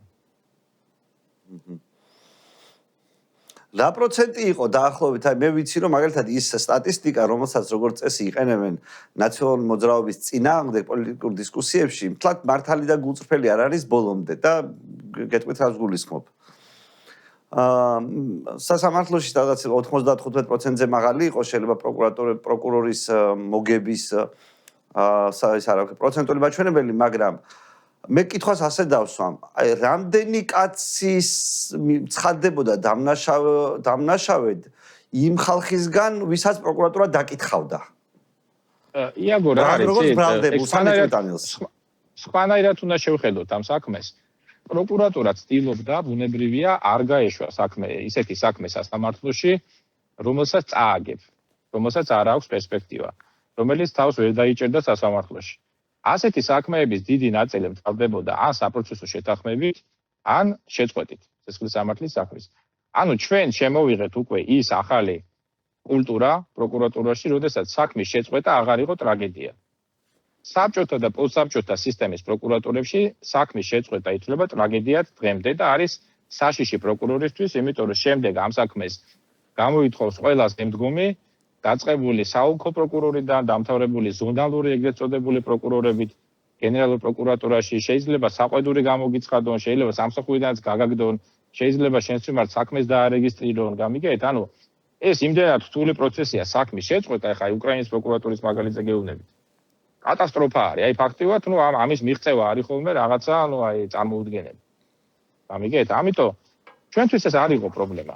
ამიტომ ჩვენ აპრიორი ვცდილობთ არ გაგვეშვა ესეთი საქმეები. რა თქმა უნდა, იყო საქმეები, რომელიც მიდიოდა და იქ სასამართლოში მაინც პროკურატურის გავლენა იყო თუ მაინც ეს უხერხულობა ქონდა მოსამართლეს თუ ასე შემდეგ. შეიძლება იქ დამდგარიყო განაჩენი, მაგრამ როგორც წესი მთავრდებოდა საპროცესო შეთანხმებით. გამომართლებელ განაჩენს გულისხმობ. თქვენ დიდი ხანი გიმუშავიათ და კარგად იცნობთ ზურაბ ადეიშვილს. საქართველოში 1000 ჭორმართალი მოძრაობს ადეიშვილზე მოგეხსენებათ და ხშირად ხალხსაც კი აშინებენ ზურაბ ადეიშვილით ქართული ოცნების პროპაგანდისტული საშუალებები. მე მინდა რომ ზურაბ ადეიშვილი შენი გამოცდილება მითხრა ამ ადამიანზე. ზურაბ ადეიშვილი გახდა ჯერ მეგობარი მათ შორის რაც მას შემდეგ რაც წამოვიდა ასე ვთქვათ გენპროკურორობიდან და წავიდა საქართველოდან. მანამდე ზურაბ ადეიშვილთან ჩვენ გქონდა ძალიან კაცრად სუბორდინირებული ურთიერთობა და მე დღესაც მიმაჩნია რომ ზურაბ ადეიშვილის კლასის სახელმწიფო მოხელე საქართველოს არ ყოლია და არ ეყოლება კიდევ დიდი ხანი. ხო და აი რაში გამოიხატებოდა ეს და რატომ ეს არის სრულიად ასკეტი კაცი, სხვათა შორის ივანიშვილს გავს ასკეტიზმში, რომელსაც არ აინტერესებს არაფერი დაკავშირებული დასვენებასთან, დროის ტარებასთან, სმაქეებთან, რა ვიცი, სხვა გართობის საშუალებებთან და დასვენებასთან, როგორც ასეთი. ეს იყო სახელმწიფოზე ორიენტირებული და შედეგზე ორიენტირებული კაცი და პრინციპში რაც მაშინ გაკეთდა და დაჩქარდა და გაკეთდა ხარისხიანად, იყო ეს ენერგეტიკის რეფორმები, იყო ეს იუსტიციის სახლის რეფორმები, იყო ეს რეფორმა საგადასახადოში და საბაჟოში. ეს ყველაფერი გაკეთდა და განხორციელდა ზურაბ ადეიშვილის უშუალო მონაწილეობით, ზედამხედველობით და მისი, ასე ვთქვათ, კონტროლით. რო არა ეს კაცი, ბევრი პროექტი არ რეალიზდებოდა უბრალოდ. მათ შორის, თუნდაც საჯარო რეესტრის ბევრი რეფორმა, ზურგი ქონდა ამ ხალხს, ვინც ამას აკეთებდა მაშინ. შემდეგ საიდან მოვიდა იუსტიციის სახლის იდეა. შეკრიბა ყველა მახსოვს ბათუმში. ახალი აშენებული იყო შერატონი მაშინ უცხოელებს დააფინანსებინა ბიუჯეტიდან არ არსებობდა რომ სხვათა შორის ბიუჯეტიდან დაეხარჯა იმ ერთ კაპიკზე მეტი თუ ისწრიდა რომ ეს იქ დასახარჯი არ იყო. ჩვენ არ ვიცოდით რა იყო ბიზნეს კლასით სადმე გაფრენა. ჩვენ მაგალითად უთანხმებდით ყველა მენიუს, როდესაც ჰქონდა რაღაც კორპორატიული შეკრება, ვერიტანდა დაყრილ დახოვებულ სუფრას და პურმარის უაზროდ გადაყრილ საჭმელს. აი მენიუს გუთანხმებინებდა ბუკვალურად ხოლმე.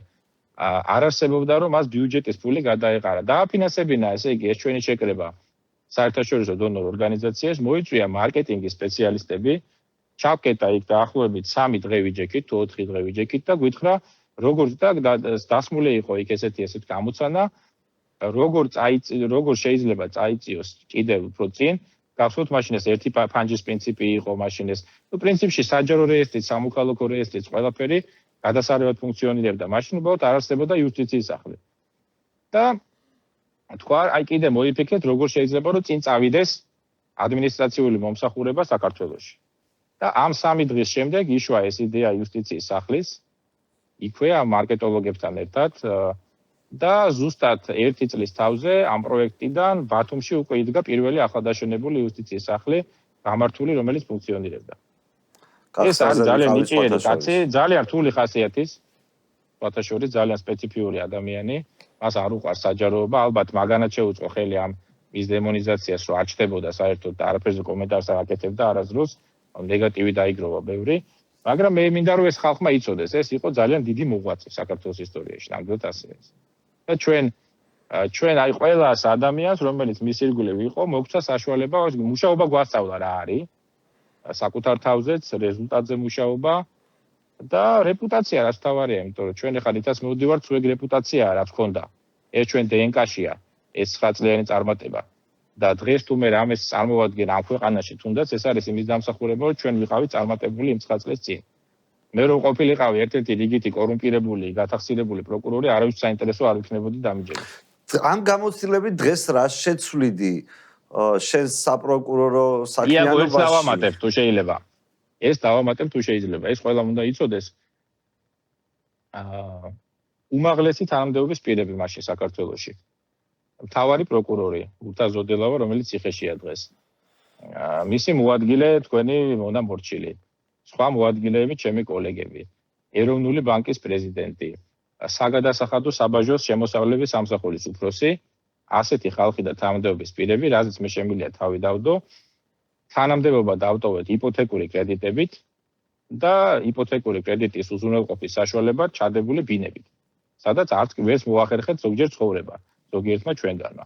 აი ეს არის კვინტესენცია იმ წარმატებული 9 წელის სააკაშვილის თავსნობით, იმ მართლა გადასარევი ეპოქის, რომელიც ბუნებრივია უკვე აღარ განმეორდება, იმიტომ რომ უკვე სხვა ასაკში ვარ, სხვა ეპოქაა და ყველაფერი შეიცვალა, მაგრამ ეს დარჩება საქართველოს ისტორიაში როგორც მართლა დიდი წარმატების ხანა.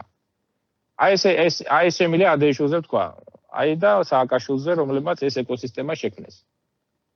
ეხლა დღევანდელ პროკურატურაში და დღევანდელ ეკოსისტემაში კოცების კრედიტები წამოსული ადამიანი ეხლა სამსახურიდან, რა ვიცი, ეხლა მე რა წარმომიდგენია.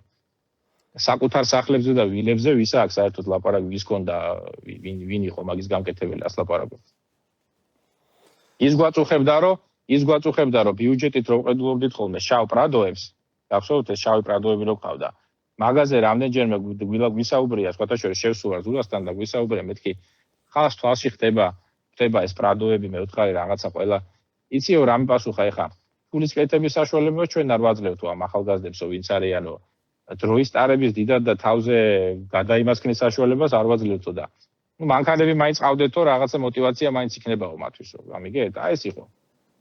დროის ტარების საშუალება მიეცათ იქნება ჯობ და პრადოს მიცემას, არა? უფრო იაფის გამოვიდა. არა, იცი რა, მას მაინც ჰქონდა სუშიში, რომ პროკურორებს რომ მიუშვა და მიცე საშუალება, რომ KPF-ში და რაღაც ლოთობაში და ღრეობაში გადაეშვან, შარს გადაეყრებიან ვიღაცა ანიჭხუბებს სადღაც, ან ვიღაცას ესვრის, ან რაღაცა უბედური მოხდება. ამიტომ ძალიან ესე დისციპლინირებულად ეჭირა მთელი სისტემა. უცნაური წარმოდგენა კი ქონია. ვერ მიტყვი რომ ჩვენ გქონდა სრულიად არანორმალური გრაფიკი. ეხლა შენ წარმოგიდგენია, იეგო, რომ მთავარ პროკურორს და მის ყველა მოადგილეს უნდოდეს რაც შეიძლება მალე გაქცევა სამსახურიდან და შეცვლა სიტუაციის. იმიტომ რომ ჩვენი სამუშაო დღე იწყებოდა 10 საათზე, 11-ის ნახევარზე მოდიოდა ხოლმე ზურა და მთავრდებოდა დილის 3 საათზე, დილის 4 საათზე.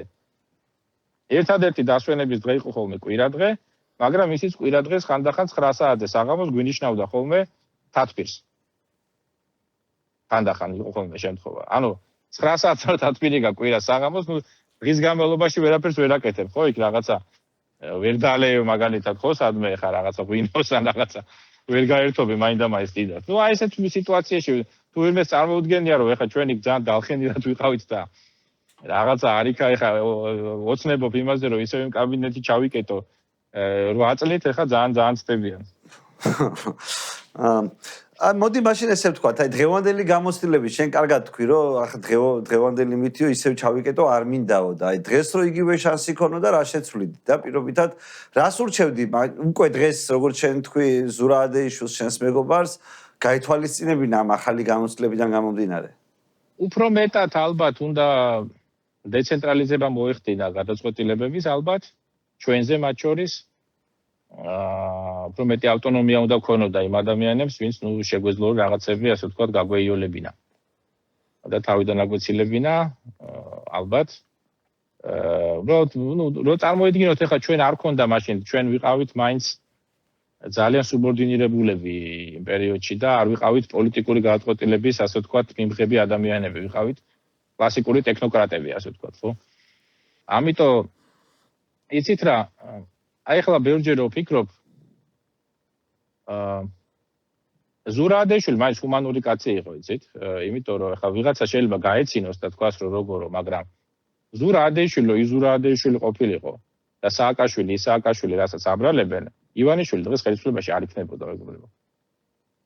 და ჩვენ მქონდა მაშინ დამიჯერეთ ყველანაირი იმის საშუალება, რომ ივანიშვილს მოგწევდით ისე, როგორც ისე ქცევა დღეს მის პოლიტიკურ ოპონენტებს. ისე არ ყოფილა განსახილველი ეს პოლიტბიუროში ნაცოძრაობის, რომ მოდი ივანიშვილს სულად მოვექცეთ. ყოფილა, სიმართლე გითხრათ, მე ვარ მომწე ამ საუბრის და ზურაბაშვილის პოზიცია იყო, რომ ამის გაკეთება არ შეიძლება. რომ უნდა შემოვიდეს პოლიტიკაში და დამარცხდეს პოლიტიკურად პოლიტიკაში. მე მომწრე ვარ ამ საუბრის. ვის დავიშორის იყო ეს საუბარი? გიგი ანდეიშვილის კაბინეტში იყო ეს საუბარი. მე ამას ვადასტურებ 1000%. მერე გიგი უგულავასთან იყო ეს საუბარი, მის თანდასწრები და გიგიმაც იგივე თქვა. რომ ჩვენ რო ეს გავაკეთოთ, ჩვენ დავკარგავთ ჩვენ რეპუტაციას. ჩვენთან აღარავინ აღარ ჩამოვა, აღარ დაგველაპარაკება და ამის ფონი დღეს არ არის. რის გაკეთებაზე იყო საუბარი? გაკეთებაზე. ეხლა თქვენ როგორ გონიათ ივანიშვილთან რო ავსულიყავით, რომელიმე ჩვენგან დაგვეკაკურა. და გვეთქვა რომ ბატონო ბიძინა 20 წუთი გაქვს საქართველოს დატოვოთ, ეგრე თვითფინანსებად რა მოხდებოდა? რა მოხდებოდა? დავიდოდა. მას არასდროს ქონია ან აუღია რისკი თქვენი აზრით თქვენთან ბრძოლის ფარგლებში? არა, იმიტომ რომ ჩვენ მას გაუმართლა, ჩვენ ცივილიზებული ხალხი ვიყავით, იაგო. ჩვენ მორალური ხალხი ვიყავით, ჩვენ რო გაგვეკეთებინა ის, რაც გააკეთეს ქოცებმა ბოლო პერიოდი. მაშინ ჩვენ გვექნებოდა მორალური წნეხი ჩვენი ოჯახებისგან, ჩვენი ახლო ნათესავებისგან, მეგობრებისგან. ვეღარ მიხვიდოდი და ანაშვიძე დასაფლავებაზე, არ ვიცი, მეგობის დაბადების დღეზე ან უბრალოდ სადმე. ყველას იქნებოდა შენს მიმართ პრეტენზია, რომ შენ მართლა ხარ არადემოკრატიული, ძალადობრივი სისხლიანი რეჟიმი, რომელმაც ხელი შეუშალა ამ მეცენატი კაცის გამოჩენას, რომ საქართველოში მან მოახდინოს სასწაული. გამიგეთ? ვერავის ვერ აუხსნიდი ამას. და ეგ წნეხი პირობითად მოგიწევდა ხალხის გალახვა, მოგიწევდა ხალხის ციხეებში შეყრა, რაც ახლა კოცები აკეთებენ პრინციპში. და უბრალოდ ჩვენ გვეყო მორალი, რომ ეს არ გვაკეთებინა. პირველ რიგში ეს მორალი იყო სააკაშვილს.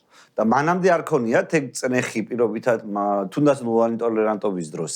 მარტო ბიძინას შემთხვევაში რატომ შეიძლებოდა ეს წნეხი ყოფილიყო? იცით, იყო ეს წნეხი მუდმივად, რა თქმა უნდა, იყო ახლა მაგაში არ დაგიმავთ, მაგრამ იცით, მე გეტყვით, რომ მე როცა გადაწყვეტილებებს მიღება ჩემეძლო, ეს იყო საოლქო პროკურატურა, ძალიან ფართო ავტონომია აქვს სამხარეო პროკურორს და ოლქის პროკურორს. თბილისის პროკურორი როცა ვიყავი, მე ყოველთვის ვთქვი, რომ გადაწყვეტილება მიმეღო მორალურად. მე არასოდეს არ მიმიღია გადაწყვეტილება და არ წავსულა რაღაცა ჩემი ზნეობის და მორალის საწინააღმდეგოდ. არასოდეს ეგეთი რამე არ ყოფილა. თქვენ მე მიცნობს, იცით რაღაცა მერე ძალიან ბევრი სიბინძურე გადმოიყარა. მერე აქ ოდესაში მომძებნა კაცმა და ჩამოვიდა და ვერც ვიცანი ვინ იყო და მეუბნება რომ მეო ვინა ვარო, იცი ვინა ხარ მეთქი და სტუდია ობიექტივშიო რა ქვია ინაშვილი რა გვარია. ირმა ინაშვილი. ირმა ინაშვილმაო დამსვაო და მომაყოლაო რომ ესო რა ქვია საყვარელიძეზეო თქვიო რომ მეო მაწამაო და ჭრილობებშიო მასო რა ქვია საწერკალავს მიყრიდაო. და ესო მე ვთხარი ეს ვინდა გავალა მეთქი და წულუკიანმა და კვილაშვილმაო.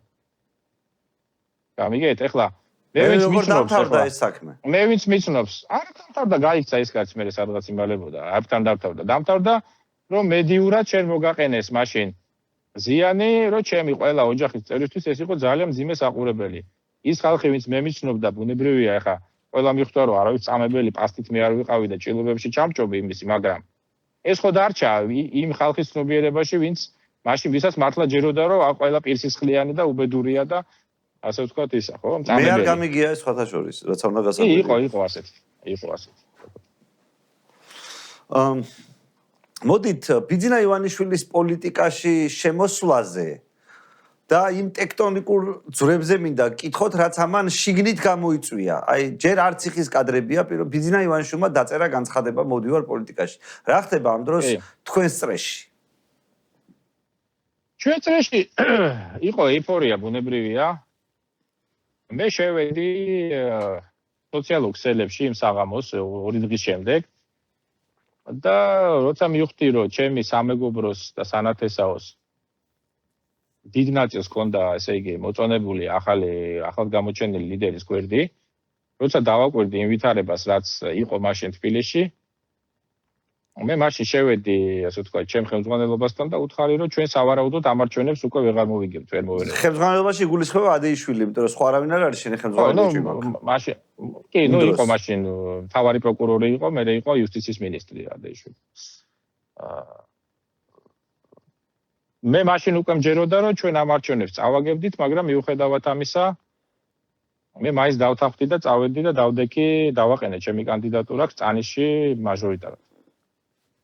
იმ მომენტში. მოდი არჩევნებამდე მივიდეთ. არჩევნებამდე სანამ ბიძინა ივანიშვილი იტყვის, რომ არჩევნებში მონაწილეობს, მანამდე 2000 ეს ამბავი ერთი წლით ადრე ხდება და ბიძინა ივანიშვილში ეს ერთი ბიძინა ივანიშვილში იაგო იყო თავმოყრილი ყველა ის საჭირო იმ მომენტში კომპონენტი, რომელიც საჭირო იყო მისი გამარჯვებისთვის. ჩვენ კიდე ალბათ მაქსიმალურად ვიმუშავეთ, თორე პრინციპში მას ჰქონდა ყველანაირი შანსები მაშინ აიღოს საკონსტიტუციო უმრავლესობა. რატომ ფიქრობთ ასე? მე პირით მგონია, რომ როარა ციხის კადრები ძალიან გაუჭირდებოდა. არ გაუჭირდებოდა, მე მგონია, რომ მაინც მომწიფებული იყო მისი გამარჯვება.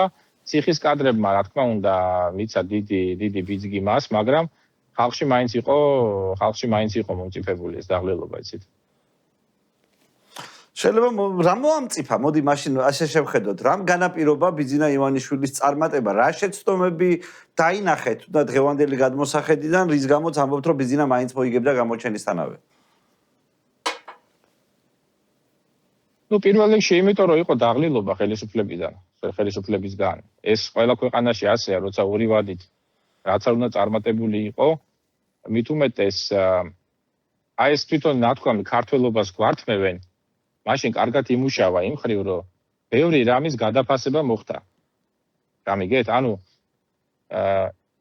იმისგან, რაც იყო ვირტუალური საქართველო, რაც იყო მარტო საფრთხილძელოებში, რაღაცა უცნაურებში და ნატრებში, ჩვენ მივიღეთ თანამედროვე საქართველოს, თანამედროვე სახელმწიფოს ემბრიონი, ანუ პირველი ჩანასახი.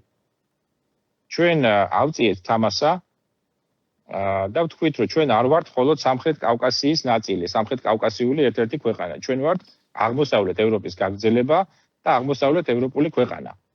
ამიტომ გადააბარა მიშა სააკაშვილმა ხელისუფლება ბიძინას, რომ მას უნდა დარჩენილიყო როგორც ევროპელი პოლიტიკოსი საქართველოს ისტორიაში და არა როგორც ტირანი, რომელმაც არ მისცა ხელისუფლება. გამიგეთ? ამიტომ ის ტემპი, რომელიც ამას ყველაფერს სჭირდებოდა, აი ამ ყველაფრის შექმნას, ხანდახან იყო ძალიან ჩქარი და ვეღარ გეწეოდა ზოგჯერ მოსახლეობა. ზოგჯერ ეკონომიკას ვერ ეწეოდა იმ საოცრებებს, რაც ჩვენ გავაკეთეთ. ბევრი რამე ხელოვნური იყო. მაგრამ იმას შედეგი მაინც მოიტანა დღეს. აი კახა და მიშა მუდმივად კამათობდნენ, კახა გავიცანი იაპონიაში პირველად პენდუქიძე. შემდეგ იქედან ჩამოგვიყალიბდა მეგობრული ურთიერთობა. და რაღაცა ვცდილობდი არ მოშორებოდი ამ ადამიანს გვერდში, მაშინ იქ სწავლობდი და დელეგაცია იყო ჩამოსული. პრეზიდენტის და დამირეკეს იქ ბევრი უკვე ნაცნობი და მეგობარი იყო, გიგიც იქ იყო უკვე. და მივედი მათთან ერთად. აი მაშინ ამაზე კამათობდნენ, ღირს თუ არა ჩადება ფულის მაგალითად აი შუშის ხიდში, აი რაღაცა სახელმწიფო ფულის, ხო? აი ესეთ თანამედროვე ნაგებობებში და ასე შემდეგ. კახა იყო წინამდე, კახა ამბობდა, რომ შეიძლება უბრალოდ ავაჩინოთ, მაგრამ ფუნქციურად იგივე, მაგრამ ნაკლები დავხარჯოთ, მიშა იძახოდა, რომ არა, ეს მოიტანს ძელვადიან პერსპექტივაში, მაინც ეს არის საქართველოსთვის რეკლამა. გამიგეთ? შემდეგ კახა ამბობდა, რომ პრინციპში კი მიშა მართალი ყოფილა ამაში. ანუ ეს არის მარკეტინგი ამ შემთხვევაში. პოლიტიკური მარკეტინგი შენი ქვეყნის. 2012 წლის არჩევნების მერე შენ უფრო ხშირად გამოჩნდი პოლიტიკაში. ადამიანების დიმანაცია რეალურად აქედან გაგიცნო. იცი რა ასე მომიწია, გამიცნო იმ პერიოდში, როცა ბიძინა იყო ფაქტიურად წმინდანთა რანგში შერაცხული. როცა ქონდა 78%-იანი რეიტინგი. ეხლა მე არც მეორე ტურის კოცებს მივეკუთვნები და არც იმას, რა ქვია, დღეს და შეიცვალეს პოზიცია. ჩემი პოზიცია იყო უცვლელი 2011 წლიდან. და მე ვიყავი მომხრე იმისი, რომ სახელმწიფო მოქცეულიყო მაშინ ისე, როგორც უნდა მოქცეულიყავით, უნდა აგვეღო პასუხისმგებლობა და ეს არ დაგვეშვა. ეს ამბავი. მე არ შემეშინდება და არ მომერიდება ამის თქმის. რას გულისხმობთ? ივანიშვილის უნდა გაგვეგზავნა წინადადება, დაეტოვებინა საქართველო და გაეგრძელებინა ბრძოლა უცხოეთიდან, როგორც ამას აკეთებს პუტინი, როგორც აკეთებს სხვა საქართველოს მტერი. რატომ? იმიტომ რომ დავკარგავდით სახელმწიფოს, რაც მოხდა. იმიტომ რომ სახელმწიფო დაიკარგა და სახელმწიფო გარდაისახა სამეფოდ. ხო, მაგრამ მოდი ესე ნაცმოძრაობა რომ ისე მოიფიქრებინა, ისე მომზადებულიყო, რომ არ გაემარჯვა ბიძინა ივანიშვილს. ეს ვეღარ მოხდებოდა, იაგო, უკვე ეს წარმოუდგენელია, იმიტომ რომ შენ იმ ფაქტორებს ვეღარ აჯობებ, უკვე რაშიც იმას აქვს აბსოლუტური უპირატესობა. ხო, მაგრამ ქართველმა ხალხმა თუ აირჩია, თქვენი აზრით არ ქონდა ქართველ ხალხს უფლება თუნდაც ქართველი ხალხი შეცდა მაშინ, იაგო. ბატონო? ქართველი ხალხი შეცდა, რაღაც ნაწილს ამ ქართველი ხალხის დღეს ეთაკილება შეცდომის აღიარება, მოდი ესე ვთქვათ რა, ანუ ყოველთვის იოლია რომ დაადანაშაულოს სხვა, ვიდრე შენ დაიდანაშაულო საკუთარი თავი, ხო? რა თქმა უნდა, იყო დაშვებული შეცდომები და ამან განაპირობა ბევრი ადამიანის პოლიტიკური არჩევანი მაშინ, მაგრამ მაინც შეცდომაა, ხო? ეხლა გინდა ასე შევხედოთ, გინდა ისე შევხედოთ, რა თქმა უნდა მას ლაპარაკი. ჯობდა მაინც ყოფილიყო კონვენციური პოლიტიკოსი, რომელიც პოლიტიკურ წესებს ექვემდებარება, შენარჩუნებული იყო სახელმწიფო თავისი ინსტიტუტებით, განვითარებულიყო ეს ინსტიტუტები, წასულიყო წინ და არ ჩაკეტილიყო ეს სისტემა, ხო? სისტემა ჩაიკეტა და სახელმწიფო ერთდროს გარდაიქმნა რესპუბლიკა, რომელიც იყო რესპუბლიკა, გარდაიქმნა სამეფოდ. კაი, მოდი მაშინ ასე შევხედოთ ისტორიას. მოდი ისტორიას შევხედოთ იმ რაკურსიდან, სადაც თქვენ ყველაზე მეტი დრო გაქვთ საჯარო სივრცეში გატარებული პროკურატურიდან. რა შეიძლება ბოდიშია დამატება მინდოდა ისეთ იაგო. აი თქვენ შეკითხვას დავასრულებ. შენობით ვილაპარაკოთ, თორე ხანასე მივდივართ ხანისე. ხო, 2012 წელს რო გამოვჭდი, მომიწია მაშინ, იმიტომ რომ მე მქონდა პოზიცია სახელმწიფოებრივი, მე იქ იმიტომ არ ვიყავი, რომ რაღაცა იქ ჩემი კლანური ინტერესი მქონდა, რაღაცა ჩემი, სრულიად მე მქონდა პატრიოტული ქართული პოზიცია, არ მინდოდა რომ დაკარგულიყო სახელმწიფო და მე მზად ვიყავი რაღაც დონის ნეგატივი ჩემ თავზე ამეღო ამ მიზნისთვის. მე ვიცოდი რომ ეს შეიძლება და ჩვენთვის პიროვნულად დამთავრებულიყო ცუდად. მაგრამ ზოგჯერ ასეთ გაწყვეტილებები საჭიროა. ვიღაცამ უნდა აიღოს ეს პასუხისმგებლობა თავის თავზე. და რომ ვაკრიტიკებდით და ღიად ვამბობდით სიმართლეს ივანიშვილზე იმ დროიდან. ბევრი მეუბნებოდა ჩემი ახლობელი, ნათესავი ახლო, მეგობარი, ნუ აგინებთ, ნუ ლანძღავთ, რას ვაგინებდეთ, ნუ ლანძღავთ. ივანიშვილს ნუ აკრიტიკებთ, ხალხს უყვარს, თქვენ ვერ გიტანთ ხალხი.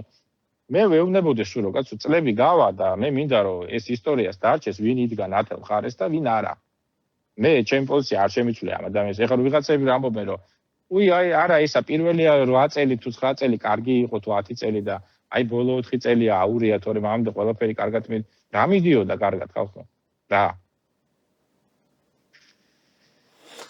ესე იწყებოდა პუტინი სხვათა შორის.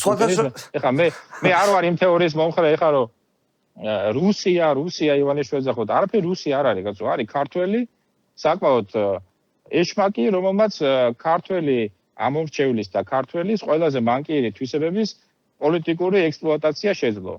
ძალიან ხარისხიანად სხვათა შორის და ტექნიკურად. ეგ არის და ეგ არა. კაი, მოდი ესე დავსვამ შეკითხვას, დავით. მოდი შევხედოთ ამ ყველაფერს პროკურატურის პრიზმიდან. სადაც თქვენი კარიერის მნიშვნელოვანი ნაწილი გაატარეთ და დღესაც ქართულ ოცნებას აქვს პროკურატურა. რა შეიცვალა ამ პროკურატურაში? ქართული ოცნების პროკურატურა და სასამართლო, მოდი ამასაც მივაყოლებ თუ მიუხედავად იმისა, რომ პირდაპირ შენ ეს არ გეხებოდა.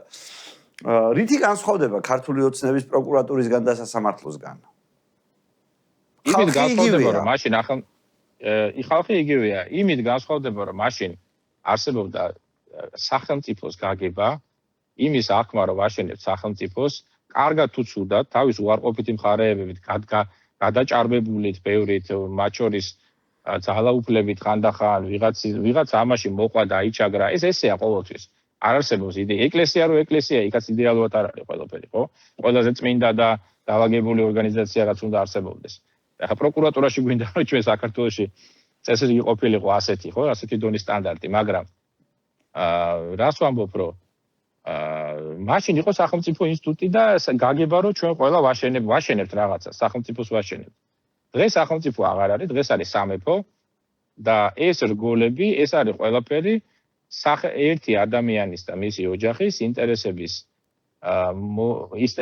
სამსახურში მდგომი სხვადასხვა ორგანიზაცია.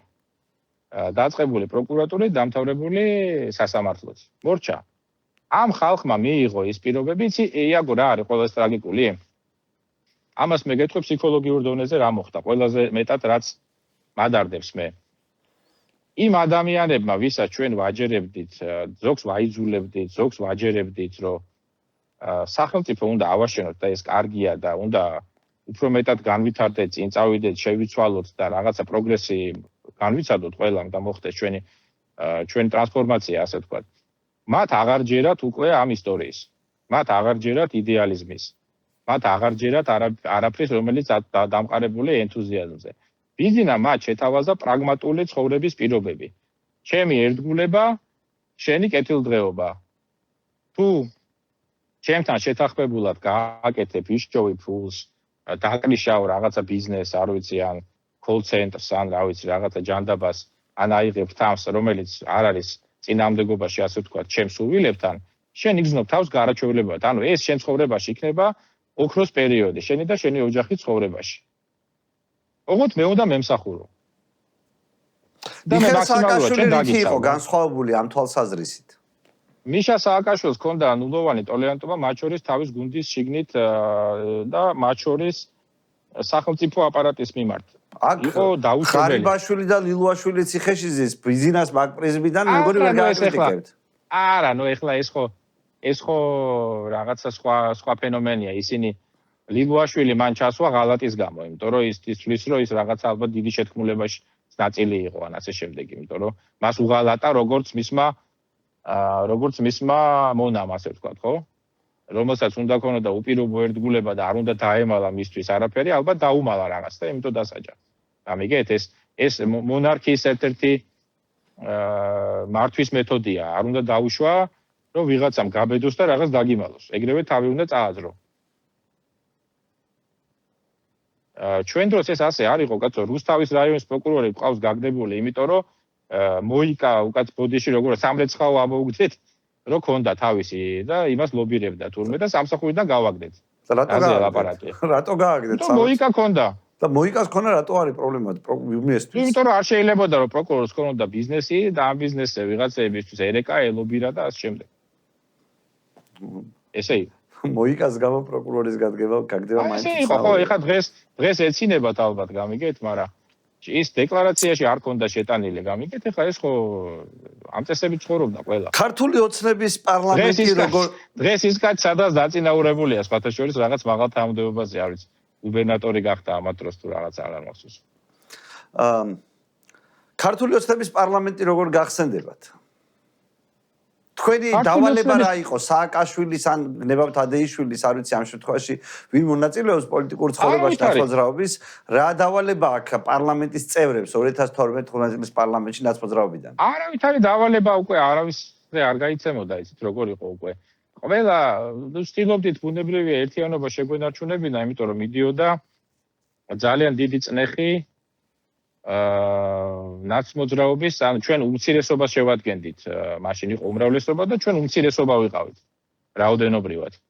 და უნდათ რომ ეს უმცირესობა დაშლილიყო და ყველაფერი კეთდებოდა, ანუ მაშინ იცით რაღაცა დონეზე, აი ადამიანი როგორც ესეთი შეგვზიზღდა. აი ხალხი ისე იქცეოდა ამაზრზენად, ეხლა დღეს ბევრი მათგანი ქართულ ოცნებაშია, მაგალითად ეს ხალხი, ვინც მაშინ გვიღალატა, ვინც აი დღეს ჩვენთან ერთად იჯდა, იაგო ყველაზე უშვერი სიტყვებით აგინებდა იმ ადამიანს, რომელიც ხვალ გაბედავდა და იქეთ ხარეს გადავიდოდა და გვიღალატებდა, ყველაზე მეც ვინც იგინებოდა და ყვიროდა, მეორე დღეს რომ მოდიოდით, იქეთ ხარეს იჯდა ხოლმე. ეს უკვე ნაცმოძრაობის შესული ხალხი?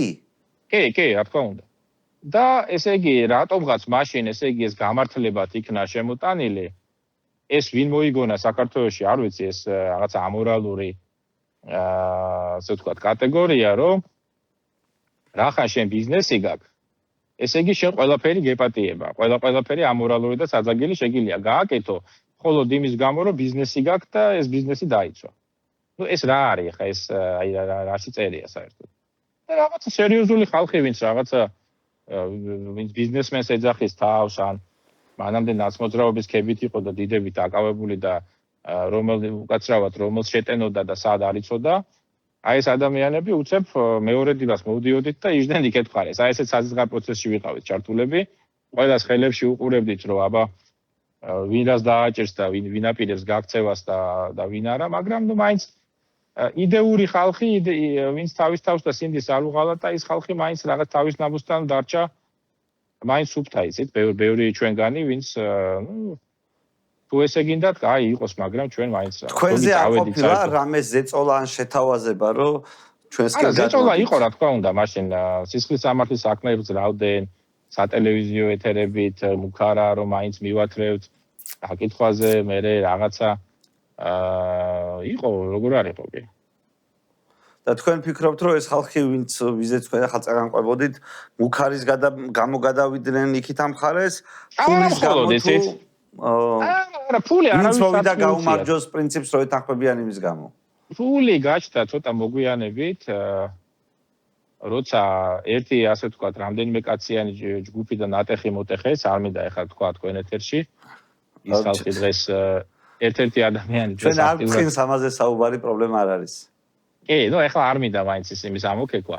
მანამდე ფული არ იყო, მანამდე ამ ხალხს იბირებდნენ, მათ ოდნავ რაღაც ფეხის დაბაკუნებაც კი საკმარისი იყო მათთვის, რომ გადასულიყვნენ. ძირითადად ეს იყო შიში და კონფორმიზმი, იცით, იმიტომ რომ აი ამ ტიპის ადამიანებს, ეგრეთ წოდებულ დელეცებს რა, აი დელეცები, ეგენი ხო ამ ადამიანებს ხო ბიზნესმენსაც ვერ დაარქვთ კლასიკური გაგებით, ხო? აი რაღაცა სულ უნდა რომ იყოს თემაში, სულ უნდა რომ კონდეს პრივილეგია, იქ ტენდერია, იქ რაღაცა არის, ის არის, ეგ ეს არის, სტატუსი რაღაცა. ამ ხალხს სულ უნდა რომ იყოს ძლიერი მხარეს. ფეოდალური სისტემაა, ასე ვთქვათ, საქართველოში დღესაც სამწუხაროდ.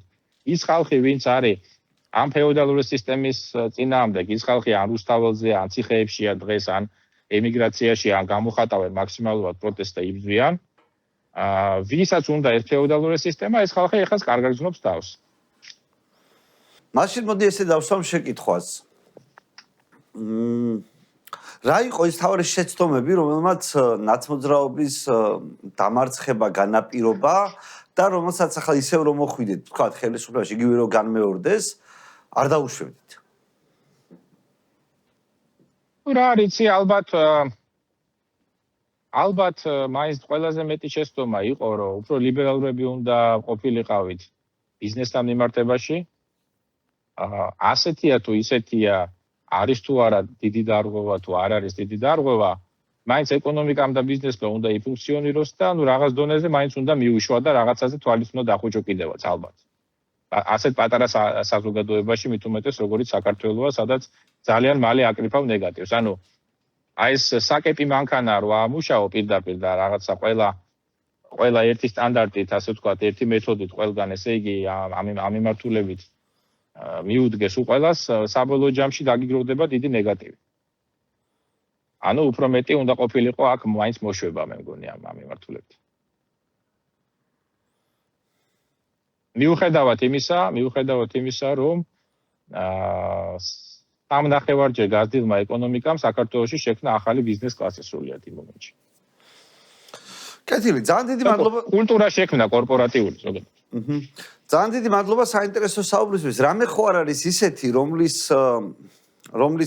რომელზედაც კითხვის დასმა მე გამომრჩა, მაგრამ მიგაჩნია, რომ საინტერესო იქნებოდა ჩვენი გადაცემისთვის, ჩვენი მაყურებლისთვის, რომ კონტექსტი, რაზეც საუბრობდი, უკეთ გაიგოს. მე მგონი ამოვწურეთ ყველაფერი.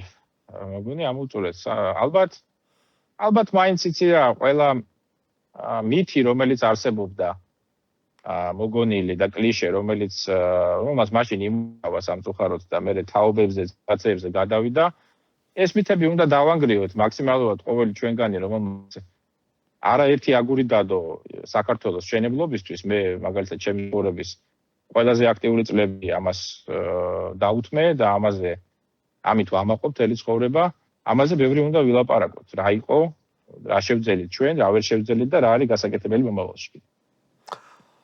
უღრესი მადლობა საინტერესო საუბრისთვის. მადლობა შენია. წარმატებას, ჯანს და მხნეობას გისურვებ. დიდი მადლობა, ასევე. სანამ მაყურებელს დავემშვიდობებით, შეგახსენებ ჩვენი სპონსორების შესახებ. ჩვენი სპონსორი გახლავთ პირველი ქართული ვისკი, ჯიმშერი და ასევე ოქროს მონეტების და ზოდების გამყიდველი კომპანია Gold G, რომელიც პირდაპირ გეუბნებათ, რომ ფულის ინვესტირება ოქროში უკეთესია ვიდრე ქაღალდის ფულში. ძნელია რომ ამ ჭეშმარიტებას არ დაეთანხმო. მადლობა ყურადღებისთვის. დროებით დათო. კარგად, იაგო.